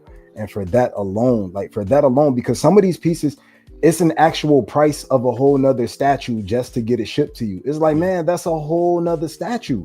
You know what I mean? And I haven't experienced that with the customs at all. By the way, Diane's gonna owe me a steak. Speaking of, and or $100, one of the two. And to piggyback off, no pun intended. They give you also can get a lot of times with custom pieces, they'll give you the option of shipping, right? Of air shipping? Of air shipping? Either air shipping or boat or whatever. Sometimes they'll give you 2 or 3 options of which one you want to pay, and they'll give you the price of what it is to where you are. If you want to get an air shipped to you, I had the guys in the groups tell me not to do air shipping. That's how much the producer cared enough to say you're going to pay more because of the tariffs. Don't do that. Ship it by boat, and you're going to pay less. Right. He took that extra step. He didn't have to say that if he didn't want to, well, even before the tariffs, you know what I mean? Even before the tariffs were here, when I'm dealing with them, they'll tell you, here's how much it's going to cost if you want it right away, or if you can wait, by boat and get it, 30 days later, it's going to cost this much. Yeah. I really wish I could show people the groups, be like, hey, look how much information this group is giving you about this statue, like the good groups, right? You get inundated with, okay, this is the next step we're doing. This is what we're doing here. Expect to pay this then. Shipping is going to be this much. They do all that. I don't know, man. To me, that's added value. Yeah, that's back to what I was saying about the one group that has that's on WhatsApp that hits us all up all day. They walk you through the entire process. They'll be like, hey, we're thinking about changing the hairstyle. What do you guys think about this? I appreciate that, because the only licensed company that I know that I've experienced that does that is Jay with LBS, where he kind of has a conversation going. But other than that, I don't get that level of detail and involvement from any other licensed companies. And John did bring up a good point where he said, okay, well, the licensed companies have the overhead for the because they have to pay the licensors, they have to, and the licensee may say, hey, we want a certain price on the product. And I get that. But then when you take it to the shipping that we were talking about earlier, it still doesn't make sense that I'm paying 3 times as much for something that weighs less from a licensed company on the shipping end of it. So okay, so I've got the that Wolverine bus coming, right?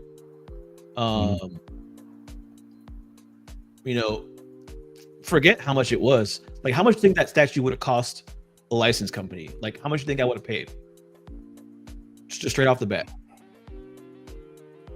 I think for the size of that and for the detail, I think at least, no lie, if there were Queen Studios when they were in the heyday of making their bus, that would have been a good $2,500. Seriously, I paid $900. I paid $900 for that statue. Wow. Yeah, I was about to say $2,300. Yeah, over 2,000. Right? I paid $900. Ask me how much shipping is. Shipping's probably probably $300. $325 for shipping for a life-size bust. Yeah. So altogether, let's say $1,400 altogether. And how much was that? How much was that Sideshow Wolverine? More. Way more. Wow. It's all right. So you get what I'm saying? It's licensed. Yeah, and that's fine. People, that's what they say. Okay, well, you have to pay the licensee more money. That's why they cost more. I get it. But the shipping. Okay, you know what I mean? I want more for my money. You get what I'm saying? I don't care about the money they have to pay. At the end of the day, that's them. That's their business. I want to pay less for statues. You get what I'm saying? I want to pay less and get more for my statue on top of the cheaper shipping. And to me, customs are doing that for me. They're giving me that. So John asked, how was the statue declared by the custom company? Did they declare the full value?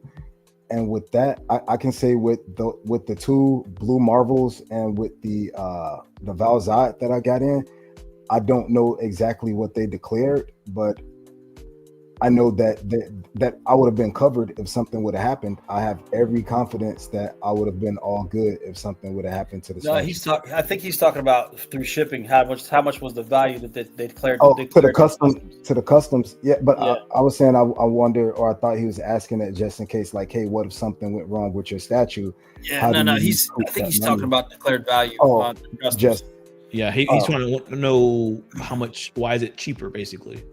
Because they don't do that. They don't claim the full value. So that's their workaround. It used to be till this administration changed it. If it's under a certain amount, I forgot what it was, a couple thousand.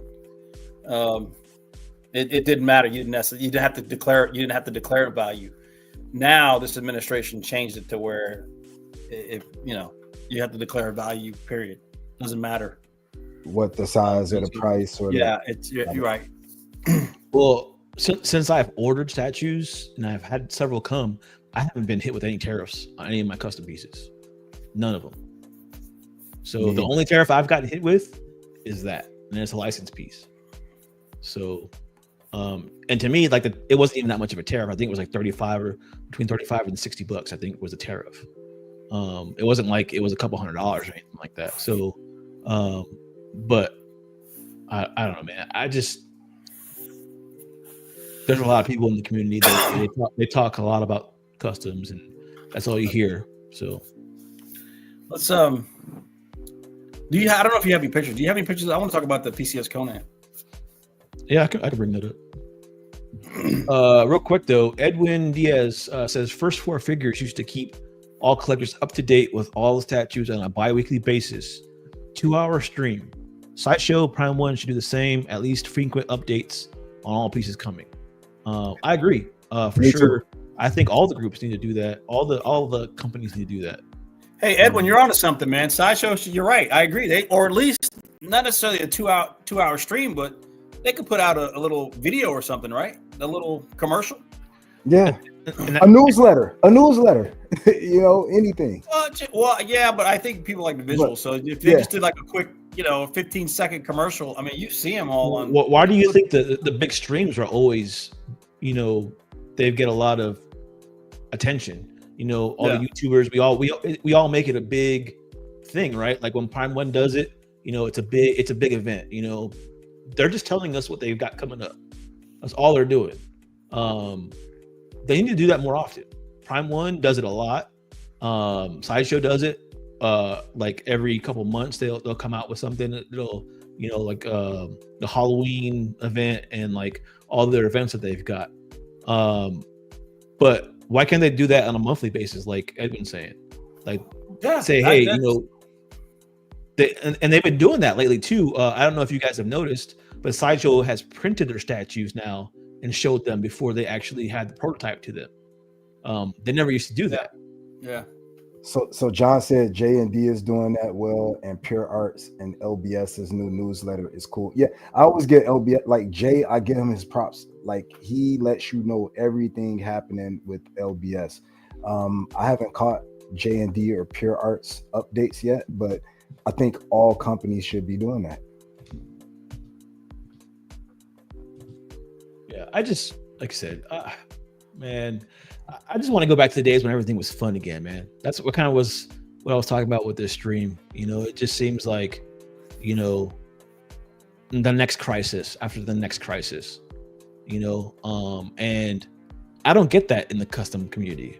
There's not crisis of, this company's doing a variant. It's not a crisis of this company's doing a 1/3 now instead of a quarter scale, or 1/5 instead of a quarter scale. Like all these big things that are going on in the community, I'm not feeling that for the license companies.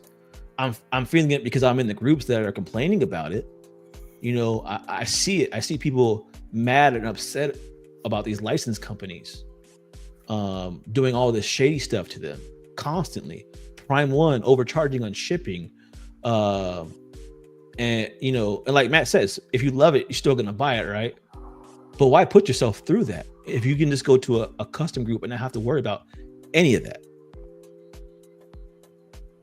I agree with that. I agree. That's an honest assessment. At least that's been my experience. I can't afford to buy all that many statues anyway. You give me 1, 2 statues a year. That's about it. I can't afford to know. But even you are in the custom group, right? You got a bunch of custom statues behind you. No, you're right. I'm in them, but I just don't.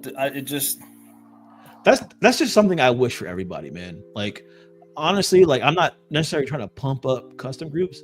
I'm just trying to make collecting fun for everybody and not have to stress about what's going on.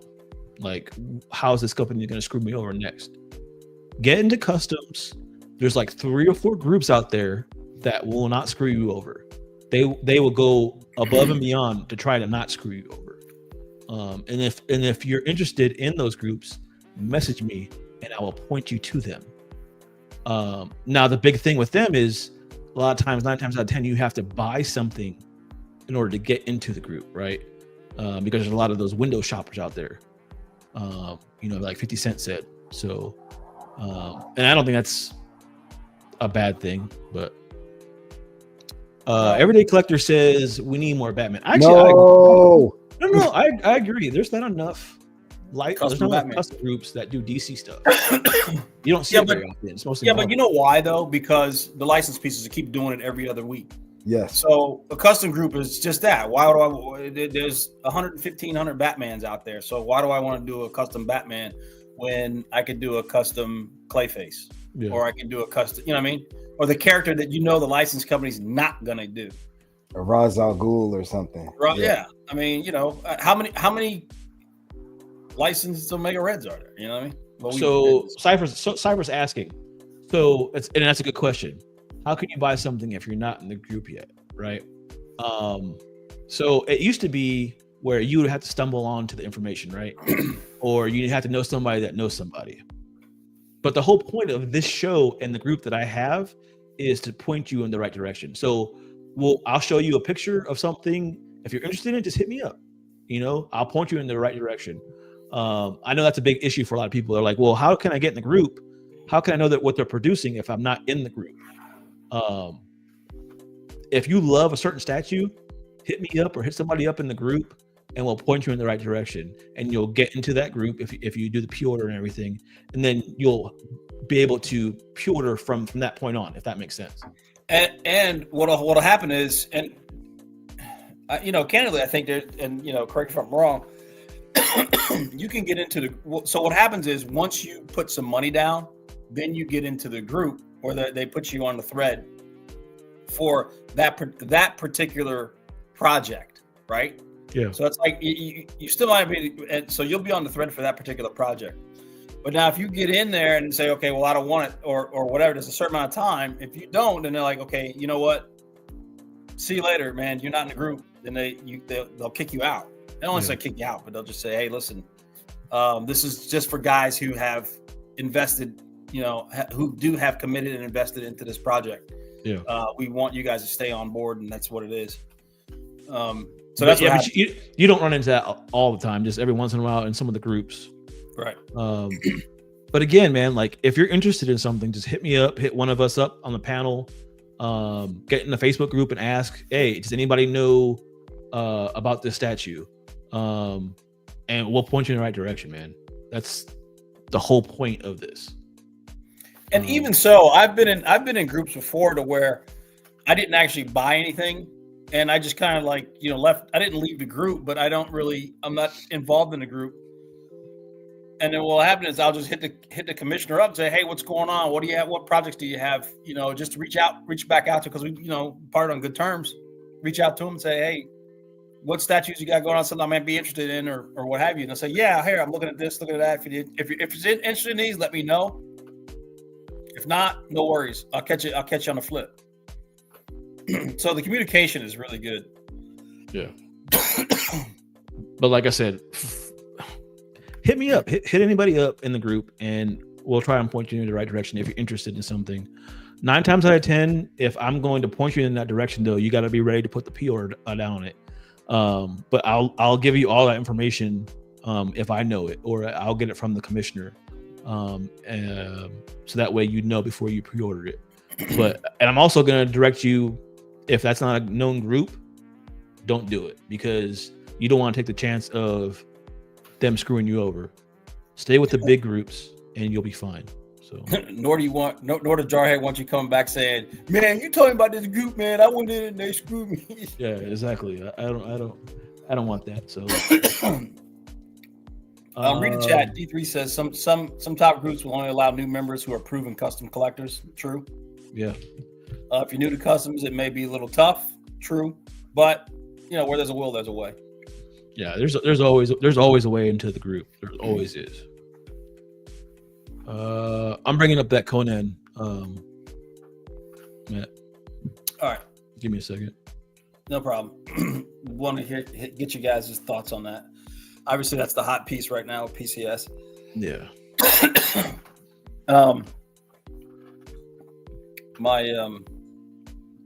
I had a little.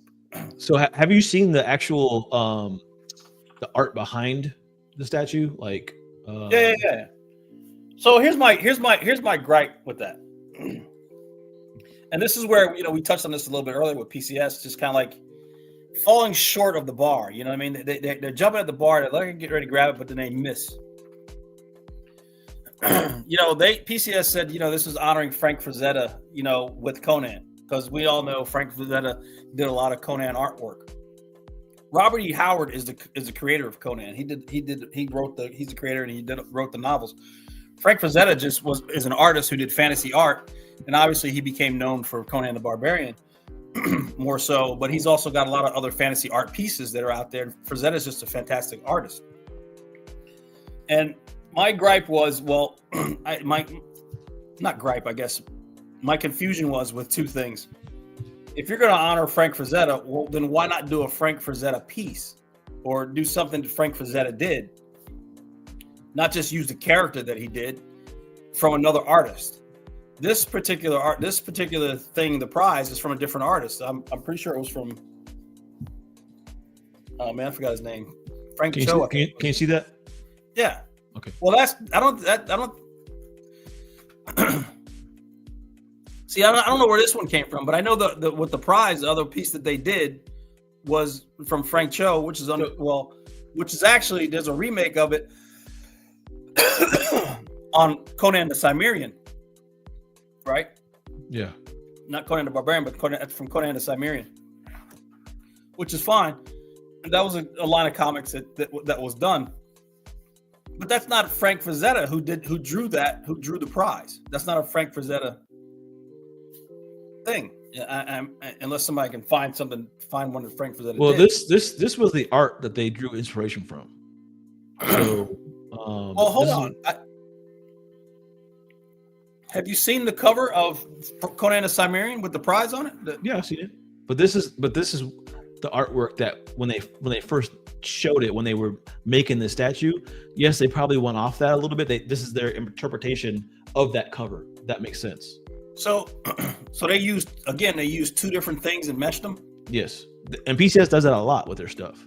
Yeah, right. So they did that with their previous Conan. Yeah, where he's holding a sword. Right. They took. Right. They took Conan the Barbarian and Conan the Destroyer and mixed the two pieces up to come up with that statue. Yeah. Excuse me. I don't know what I'm choking on. Mix the two movies up to get that statue. And I think that's my gripe with that. John saying this is the concept art by Walter T. Okay, so where did the so they just did that along with it's a mismatch, man. They saw that comic panel and they made their own art from it, and then they designed, and then Franco designed his statue from that art. All right, so where's Frazetta come in at? I think people were just wanting a Frazetta statue. I don't think Frazetta was necessarily involved in it. No, they said no. He obviously. No, I'm just saying it wasn't a consider. I think people were just saying that. It was just something people were saying. PCS said it. Did they? Yeah. I don't remember them saying it. Yeah, that was on their. That was in their thing. I don't know. The art that they went off was from that comic book, and then they designed this, and then Franco sculpted that from this. So it is what it is. This is the Conan. I honestly love this Conan. I am thinking about picking this Conan up. However, the only thing I don't like, which most people don't like, is that base. And I wish they would have went more with the original art here. I think if they would have painted the guy green, they took the helmet away and kind of made it more like the original, it would have looked a lot better. Even the ears. Yeah, like it would have popped. Yeah. It would have popped more. It would have been a differentiation between skin colors, right? You would be able to see the monster or the beast better. When you're looking at this right now, all you see is some people are saying poop, or just a pile of nothing. If they would have painted this green, it would have been better off. I think so. And I don't really get I think a lot of people are kind of upset about like the way he's walking up the dude's back or whatever. Yeah. The whole pose of it. But I love everything about the statue except the base. I like the blood on the axe, and I think they did a good job of the feet on the prize. Yeah. Let me pull up some more pictures of it. I just sent you a custom. Yeah. Oh, you got that? Yeah, I saw it. I don't know. For me, I'm obviously, I'm no bones about Conan's my favorite character.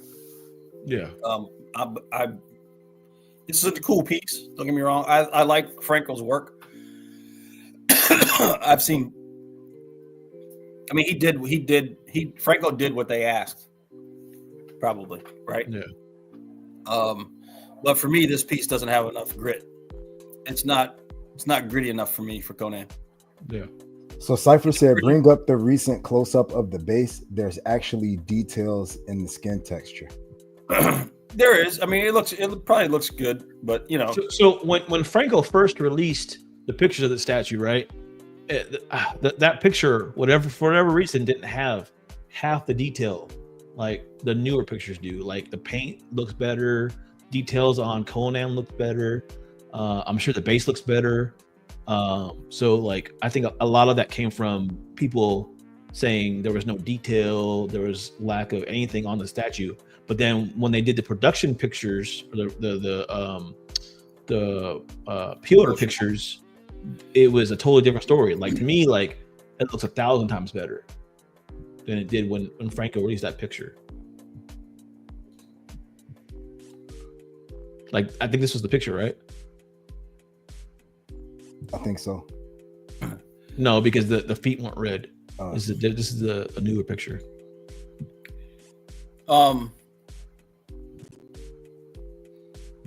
It looks a little. For me, it looks a little. I don't want to say cartoony, but more artistic, or what's the word I'm looking for? Like comic based. Yeah, it looks more comic. It looks more comic based. But that's what they're basing it off of, right? The comic book. Yeah, but still, you could take any statue and base it off a comic book. But what I'm saying is, it actually looks like the comic book as opposed to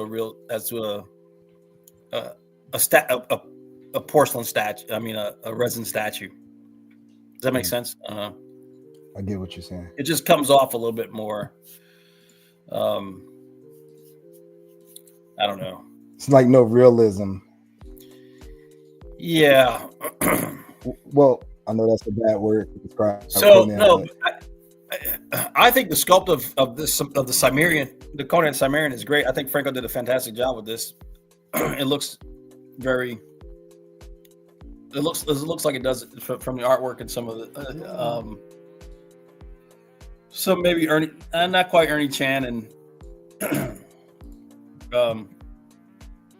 but a little bit. I mean, I like Ernie Chan. He's a really good artist. I like his Conan. They released the pricing on this statue too. What do you think? What do y'all think about that? Did y'all see it? Yeah, is it two separate statues? You got to buy two separate pieces, right? There's two different editions. Wasn't it like 1,300 or something like that? I'm not sure which one's which. I don't know. Let me look real fast. Like you can't buy. It's not a swap out. I don't think. You can buy one or the other.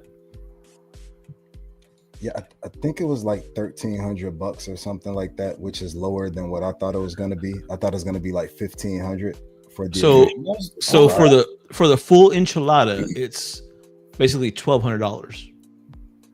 For you get her, and you get all the different pose options. And that's But including the I axe. don't think you get the axe over the shoulder. Mm. Yeah, So they said the edition with the prize won't have the axe over the shoulder. yeah, you can't get it with the axe over the shoulder. So you got to make a decision which one you want. Yeah, you The can girl or the get. axe? Let's see here. Let me share this. And isn't one more expensive than the other? And the axe more expensive than the girl? No, No, the girl's the more prize expensive. is more expensive. Y'all see that? So this is off their website. 1187.50 for the, or I guess which the deluxe, which includes her, but does not include the axe on the shoulder. You can get an axe In the with him hand. holding it, yeah, Yeah. but not over the shoulder. The other one, which is just the regular, is $712, and that is him not holding her, but you can have an axe he's holding.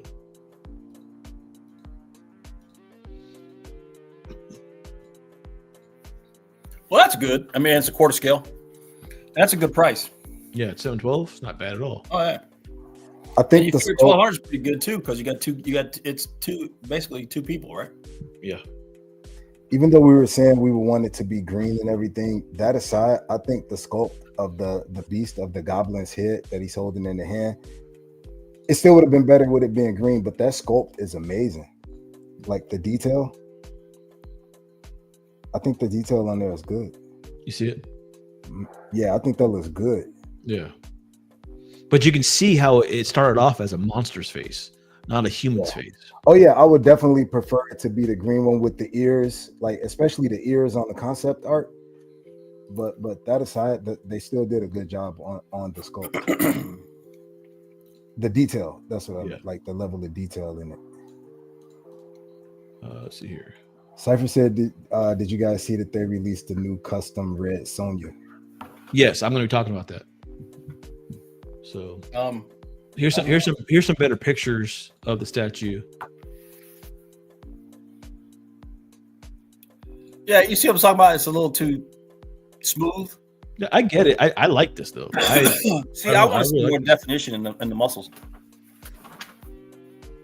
Yeah, they did a good job on her feet, man. Oh, you got to think if I was to get the statue, I would have to get with her on it. Oh yeah. And I like the blood on the axe. That was a nice touch. See, I don't know. I like sideshows. Yeah, it makes more I sense. like Conan in the action pose.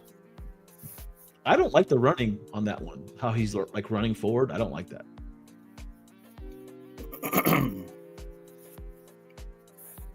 The only thing that's weird to me about this statue is like how one of his legs is, I guess, on like his waist or his butt, and the other one is on the shoulder blade. The way that's set up is a little weird, but overall, I like this statue. Just like John saying, an option for a second base would have been a good idea. Also, like they did with the half scale, because they had two different bases. Oh, the Schwarzenegger one. Yeah. Yeah. Yeah. I don't know. I think most people's issue with this statue is the base. So, yeah. With that, we might as well get into pictures too.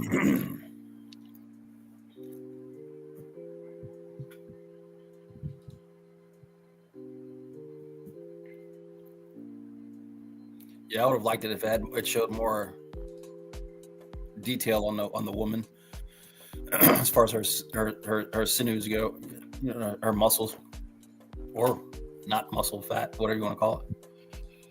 It looks a little too Betty Boop.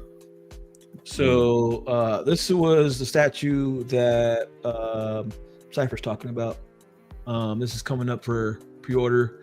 And this group, I don't know if you guys remember, but remember that Supergirl that I was in love with, the blonde one that her hair was flowing? I remember. That's the same group making this. So you know they're probably going to do a really good job with the portrait and everything. So That's a nice. Is this the concept? yeah, it's concept art. Yeah, the portrait looks good on here. So if they can capture that, I think it'll be a dope statue. Yeah, I like this a lot. I wonder what Buck will say about this. I don't know. You know, he's a Red Sonja fan. See, I like this base a lot. What they did with it, with the ghoul, you know, with the arrows and everything. I like this a lot. That looks good. That reminds me of like the ARH statues, like the Medusas with like the Centurions on the base. Cypress asking, is this group safe? They produced a few statues so far, but they don't have a big track record. So just be, but they have produced. They're not one of the big groups, if that makes sense. I'm not a fan of this piece. What do you dislike about it, or just in general? I mean, you know, I guess she's more in line with the actress that's coming out. Her physique, her athletic build, her slim athletic build is more in line with the actress that's going to be playing the part in the movie.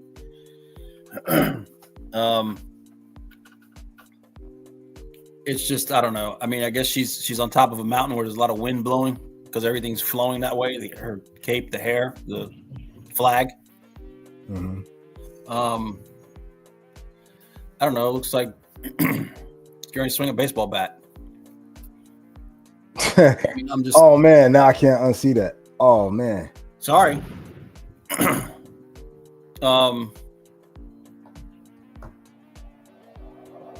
know, I don't know. You know, I don't know if the guys who you know, my question is a lot of times, you know, when guys do statues and stuff, do they actually know the character? Or are they just picking a character and it's popular and they want to do some sort of rendition of it? Most of them read the comic books and they know the character? A lot of the groups they do, like if they're coming out with like a random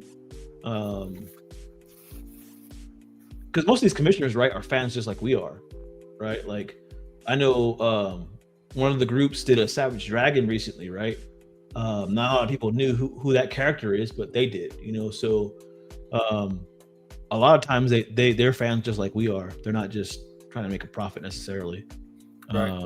So I would love to see a Bridget Nielsen version of this from the old school movie. Really? Yeah, I thought she did a good job. I love the statue, man. Was. There's a lot of detail. The portrait's pretty. Like I like this a lot. I like the flow of the hair. I like how she's on top of that base. Yeah, I like this a lot.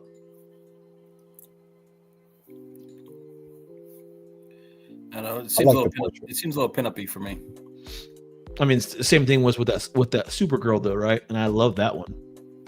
So I like the portrait, but now I can't unsee her like being at the base getting ready to swing at the ball. Well, thanks, Matt. Well, with a two-hander sword, right? That's how you swing a two-hander sword. So so this group right here, they're the ones that are doing that Dark Side on Throne. Evil Supergirl or Superwoman. I like this one right here. Yeah, it's dope. I like this portrait a lot. And it makes me think about, like, although DC does crap movies, their animated movies are amazing. And they did an animated, I think it was one of them, but it centered around Darkseid and Granny Goodness and the Side and all of them. And it had that storyline where they turned Supergirl evil. And this kind of reminds me of that. I think they did a good job right here. Yeah. And this group is one of those groups that you won't have to worry about. The guy's been in the community a long time. They're starting out, but he would go move mountain to try to make things right. So I don't know if I like this costume as much as the other one, but I do like this. This looks great. When she's mad, that's my favorite portrait out of all of them. This whole setup right here on this looks dope. And this is gonna have light up too, by the way. Oh man, it feels like if you get in that dark side, man, you gotta get this. And he did say he was gonna come out with the whole Line, yeah. line, because remember I was asking about like Granny Goodness and all of them. So this is all the different portraits. John saying, I like how this group put out an informative video about both the piece and the backstory. Thought that was cool. Yeah. Again, that's the kind of stuff that I enjoy with the custom groups. So, dude, if they drop a Mr. Miracle, oh man. So I guess you can take the back part of the base off, make it more simpler. Nah, throw that on there. I need all of that.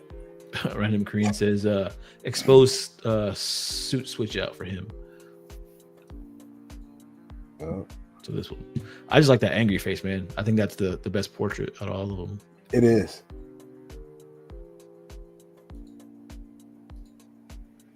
I like the angry face, the exposed suit, and all of the like red kryptonite in the background. Yeah. I do like this one with the matte face. Like, I wouldn't even put any of the other ones, just this. But I like the exposed skin the most, the suit. So you have the switch out stands, and on the back, I guess a little Easter egg back there. Oh, that's cool. Yeah. That's dope.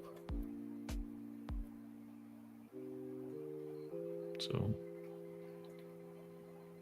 this group does a lot of that. That's dope, man.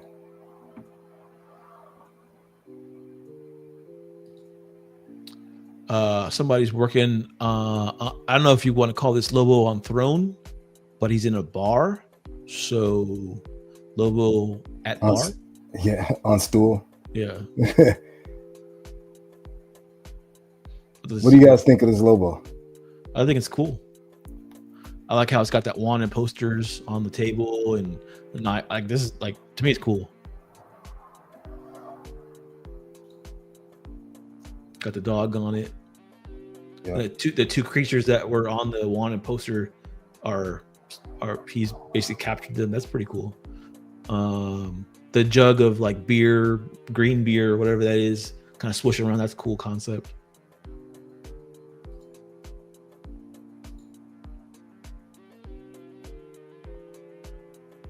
I don't know if this counts as Lobo on throne, but I think if they're sitting on anything, it's just considered on throne. Yeah. Be like a milk crate. I mean, this is a cool concept. You don't see this. Yeah, I haven't seen this done with Lobo yet, where he's at a bar, and got a wand and signs. I haven't seen this concept yet.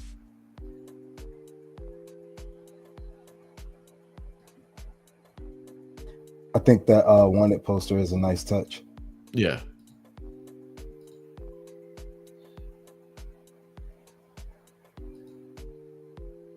A lot of detail.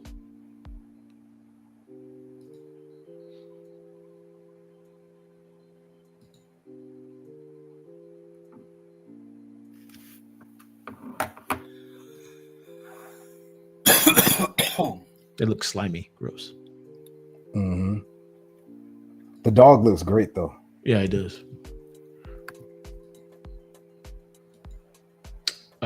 I think this is the statue John was talking about earlier. He said this looks really, really good. This group is the same group that did that Omega Red behind Matt. Their quality is very well respected. Paint, everything is normally really top tier. So this is a pretty cool green goblin. Comes with a lot of switch outs. That's the thing about this group. They do like almost too many switch outs. That paint looks great. Yeah, this is titanium though. So, but normally like that paint on that Omega Red that you got, Matt, that's like What do you think about that paint? Oh, it's amazing. Yeah. It's the whole everything's great about that piece. The paint, the pieces, everything else. I mean, again, like I said, I'll put it up against any licensed piece, which it's like XM type stuff. So this commissioner, if you know anything about this group, he's very anal about his statues, like almost obsessive about making a character. Like the group's been around for a long time, but this is only the second character or third character he's come out with in years, because he's so obsessive about getting making it right, which is a good thing, you know. But like, he's got a Juggernaut he's working on, he's got a MODOK he's working on, Psylocke, and it's a long wait for these statues. I remember he showed me this a while back, and I was like, "It's really dope." Did you say a MODOK? Yeah, he's got MODOK coming. Oh, MODOK and Abomination. They're like it's a big diorama. That'll be dope. Oh, okay. Wait. What happened? There's your feet, bro. Like, what happened? Go back to the feet. There's your feet. I knew you'd be on the show today, so can I PO that one? What's going on in the background? Yeah. So, yeah, that's the picture for tonight. Well, that's cool. I thought that Supergirl was dope. Like, if I had a spot, I started thinking about where could I put her, where would she make sense. But that Supergirl was dope. I don't know, man. Like I said, I kind of want to get the community back to where it used to be, man. Having fun, everybody just enjoying collecting statues, man. That was kind of the point of the show, was just to talk about random stuff and, you know, try and get back to that. That's my wish for the community right now. Stop stressing about stupid stuff and get back to collecting, having fun. I think we're on that path if we just keep doing what we're doing, like now. You know what I mean? Yeah. I mean, we always have fun, so I'm not worried about us. I'm just worried about other groups that, you know, we're just stressing over the little stuff, and let's just stop and come back to the fun of it.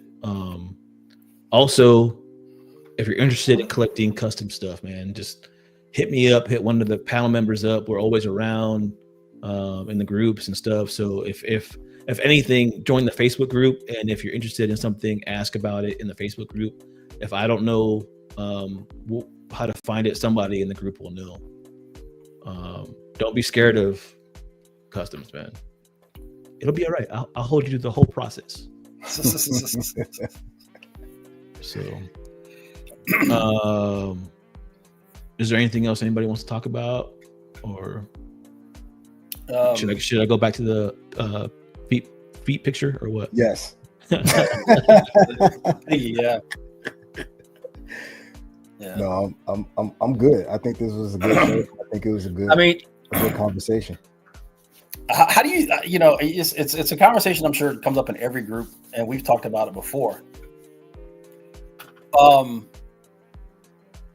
It's not, so who's got their own, who's doing their own Patreon now? Caleb Nefson. Yep. I love Caleb Nefson. He did the XM's Dark Side, right? Yeah. Yeah, I don't know where the game's gonna go. You know what I mean? It's like, you said it best the other day. Even printing your own pieces and painting them. I know Joe does this. He loves it because he's doing it. For you, it's more when you do that, it's kind of like a hobby now, right? STLs, when you get files, STL files, and you get them and you print them and you paint them.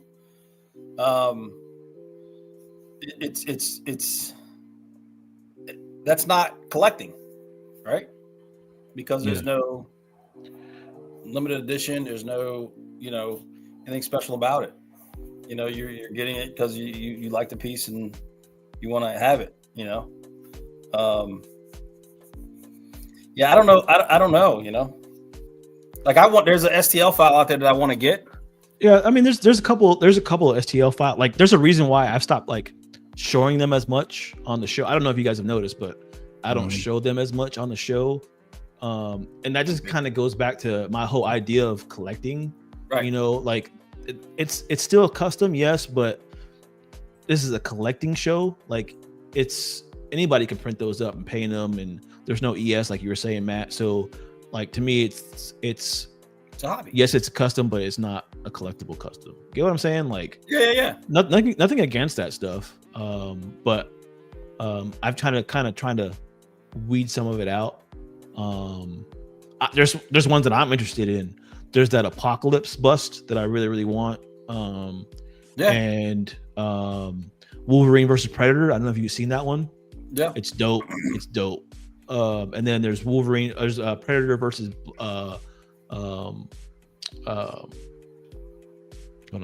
Black Panther. I don't know if you've seen that one yet. That's a dope one too. So I still like the Sabretooth Wolverine.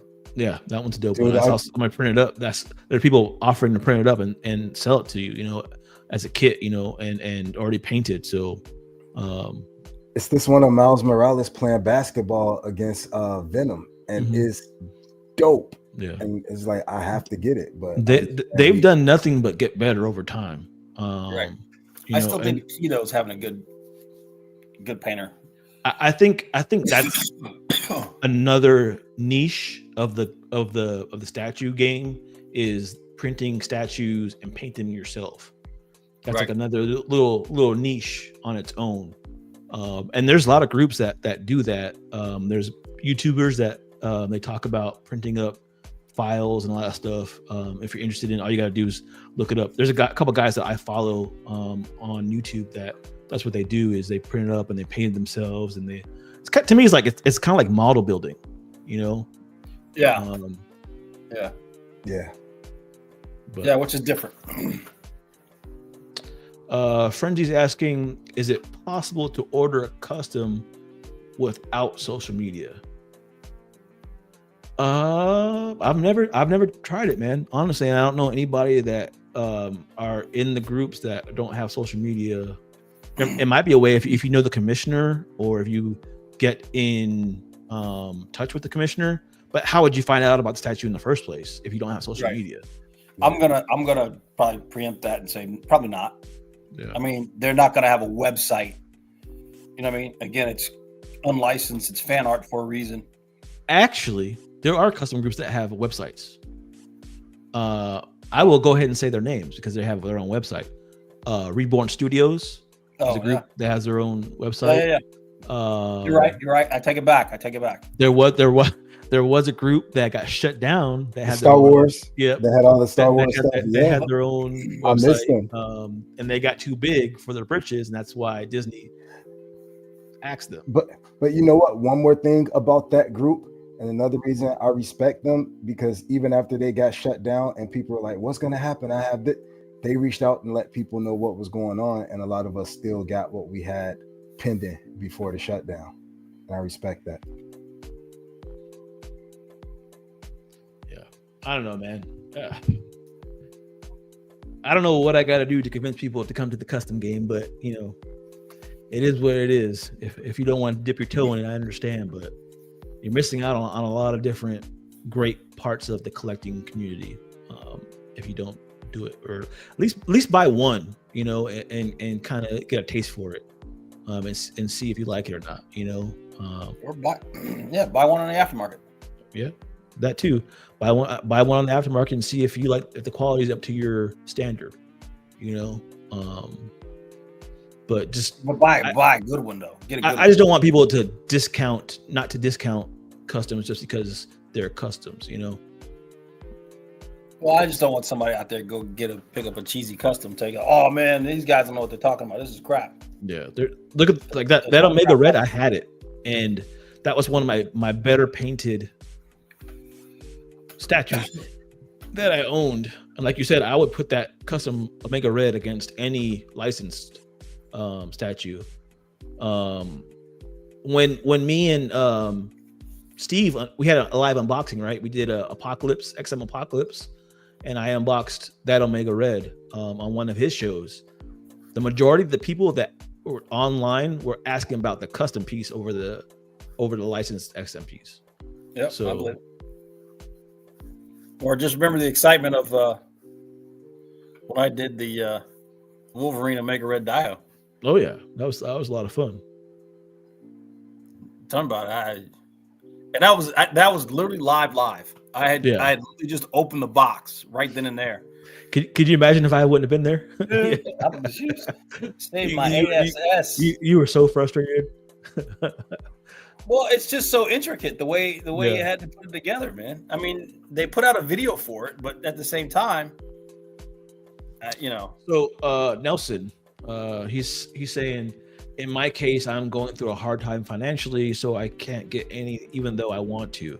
So another thing too is, don't feel obligated that you have to buy a statue, man. Before I even bought my first custom piece, man, I was, it was like 2 or 3 years before I even bought my first piece. So don't feel like you have to. But it's there if you want to, if you get to the point where you're able to, so. Yeah, take a chill pill, Nelson. The best advice is take a chill pill. It has licensed or custom. You know what I mean? You're going through some stuff financially. These pieces ain't going nowhere, man. It's the hobby. So the first custom piece I ever got in hand was my very first statue, and that was a Franco Weapon X statue. And when I picked up that statue, I got the bug. I was like, this is what I've been missing. I want this. This is the kind of statue that I want. So that's how I got started in customs. So Frenzy saying, I detest social media, so I usually pay the aftermarket. Well, I get it, and not everybody likes to be on Facebook or Instagram or whatever. But also, you're obviously watching us right now live. So if you're interested in buying a statue, maybe you don't have to have social media. Maybe I can point you in the right direction to a commissioner, just let me know. If you see something that we're going through and you're interested in it, hit me up. Hit one of the panel members, D3, Dion, Piggy, Matt. If one of us knows how to hunt it down, message us. So, yep. But you guys want to talk about anything else, or we can get out of here? Again, I appreciate you guys for showing up tonight, talking some statues, just hanging out. Kind of was all over the place, but it was good. It was a good talk. Appreciate everybody in the chat for showing up and talking and giving their input and everything. As always, man, like I like the input and everybody getting involved. So appreciate everybody, and I hope you guys have a good rest of your week. And if you guys are interested, just hit me up, man. So have a good night.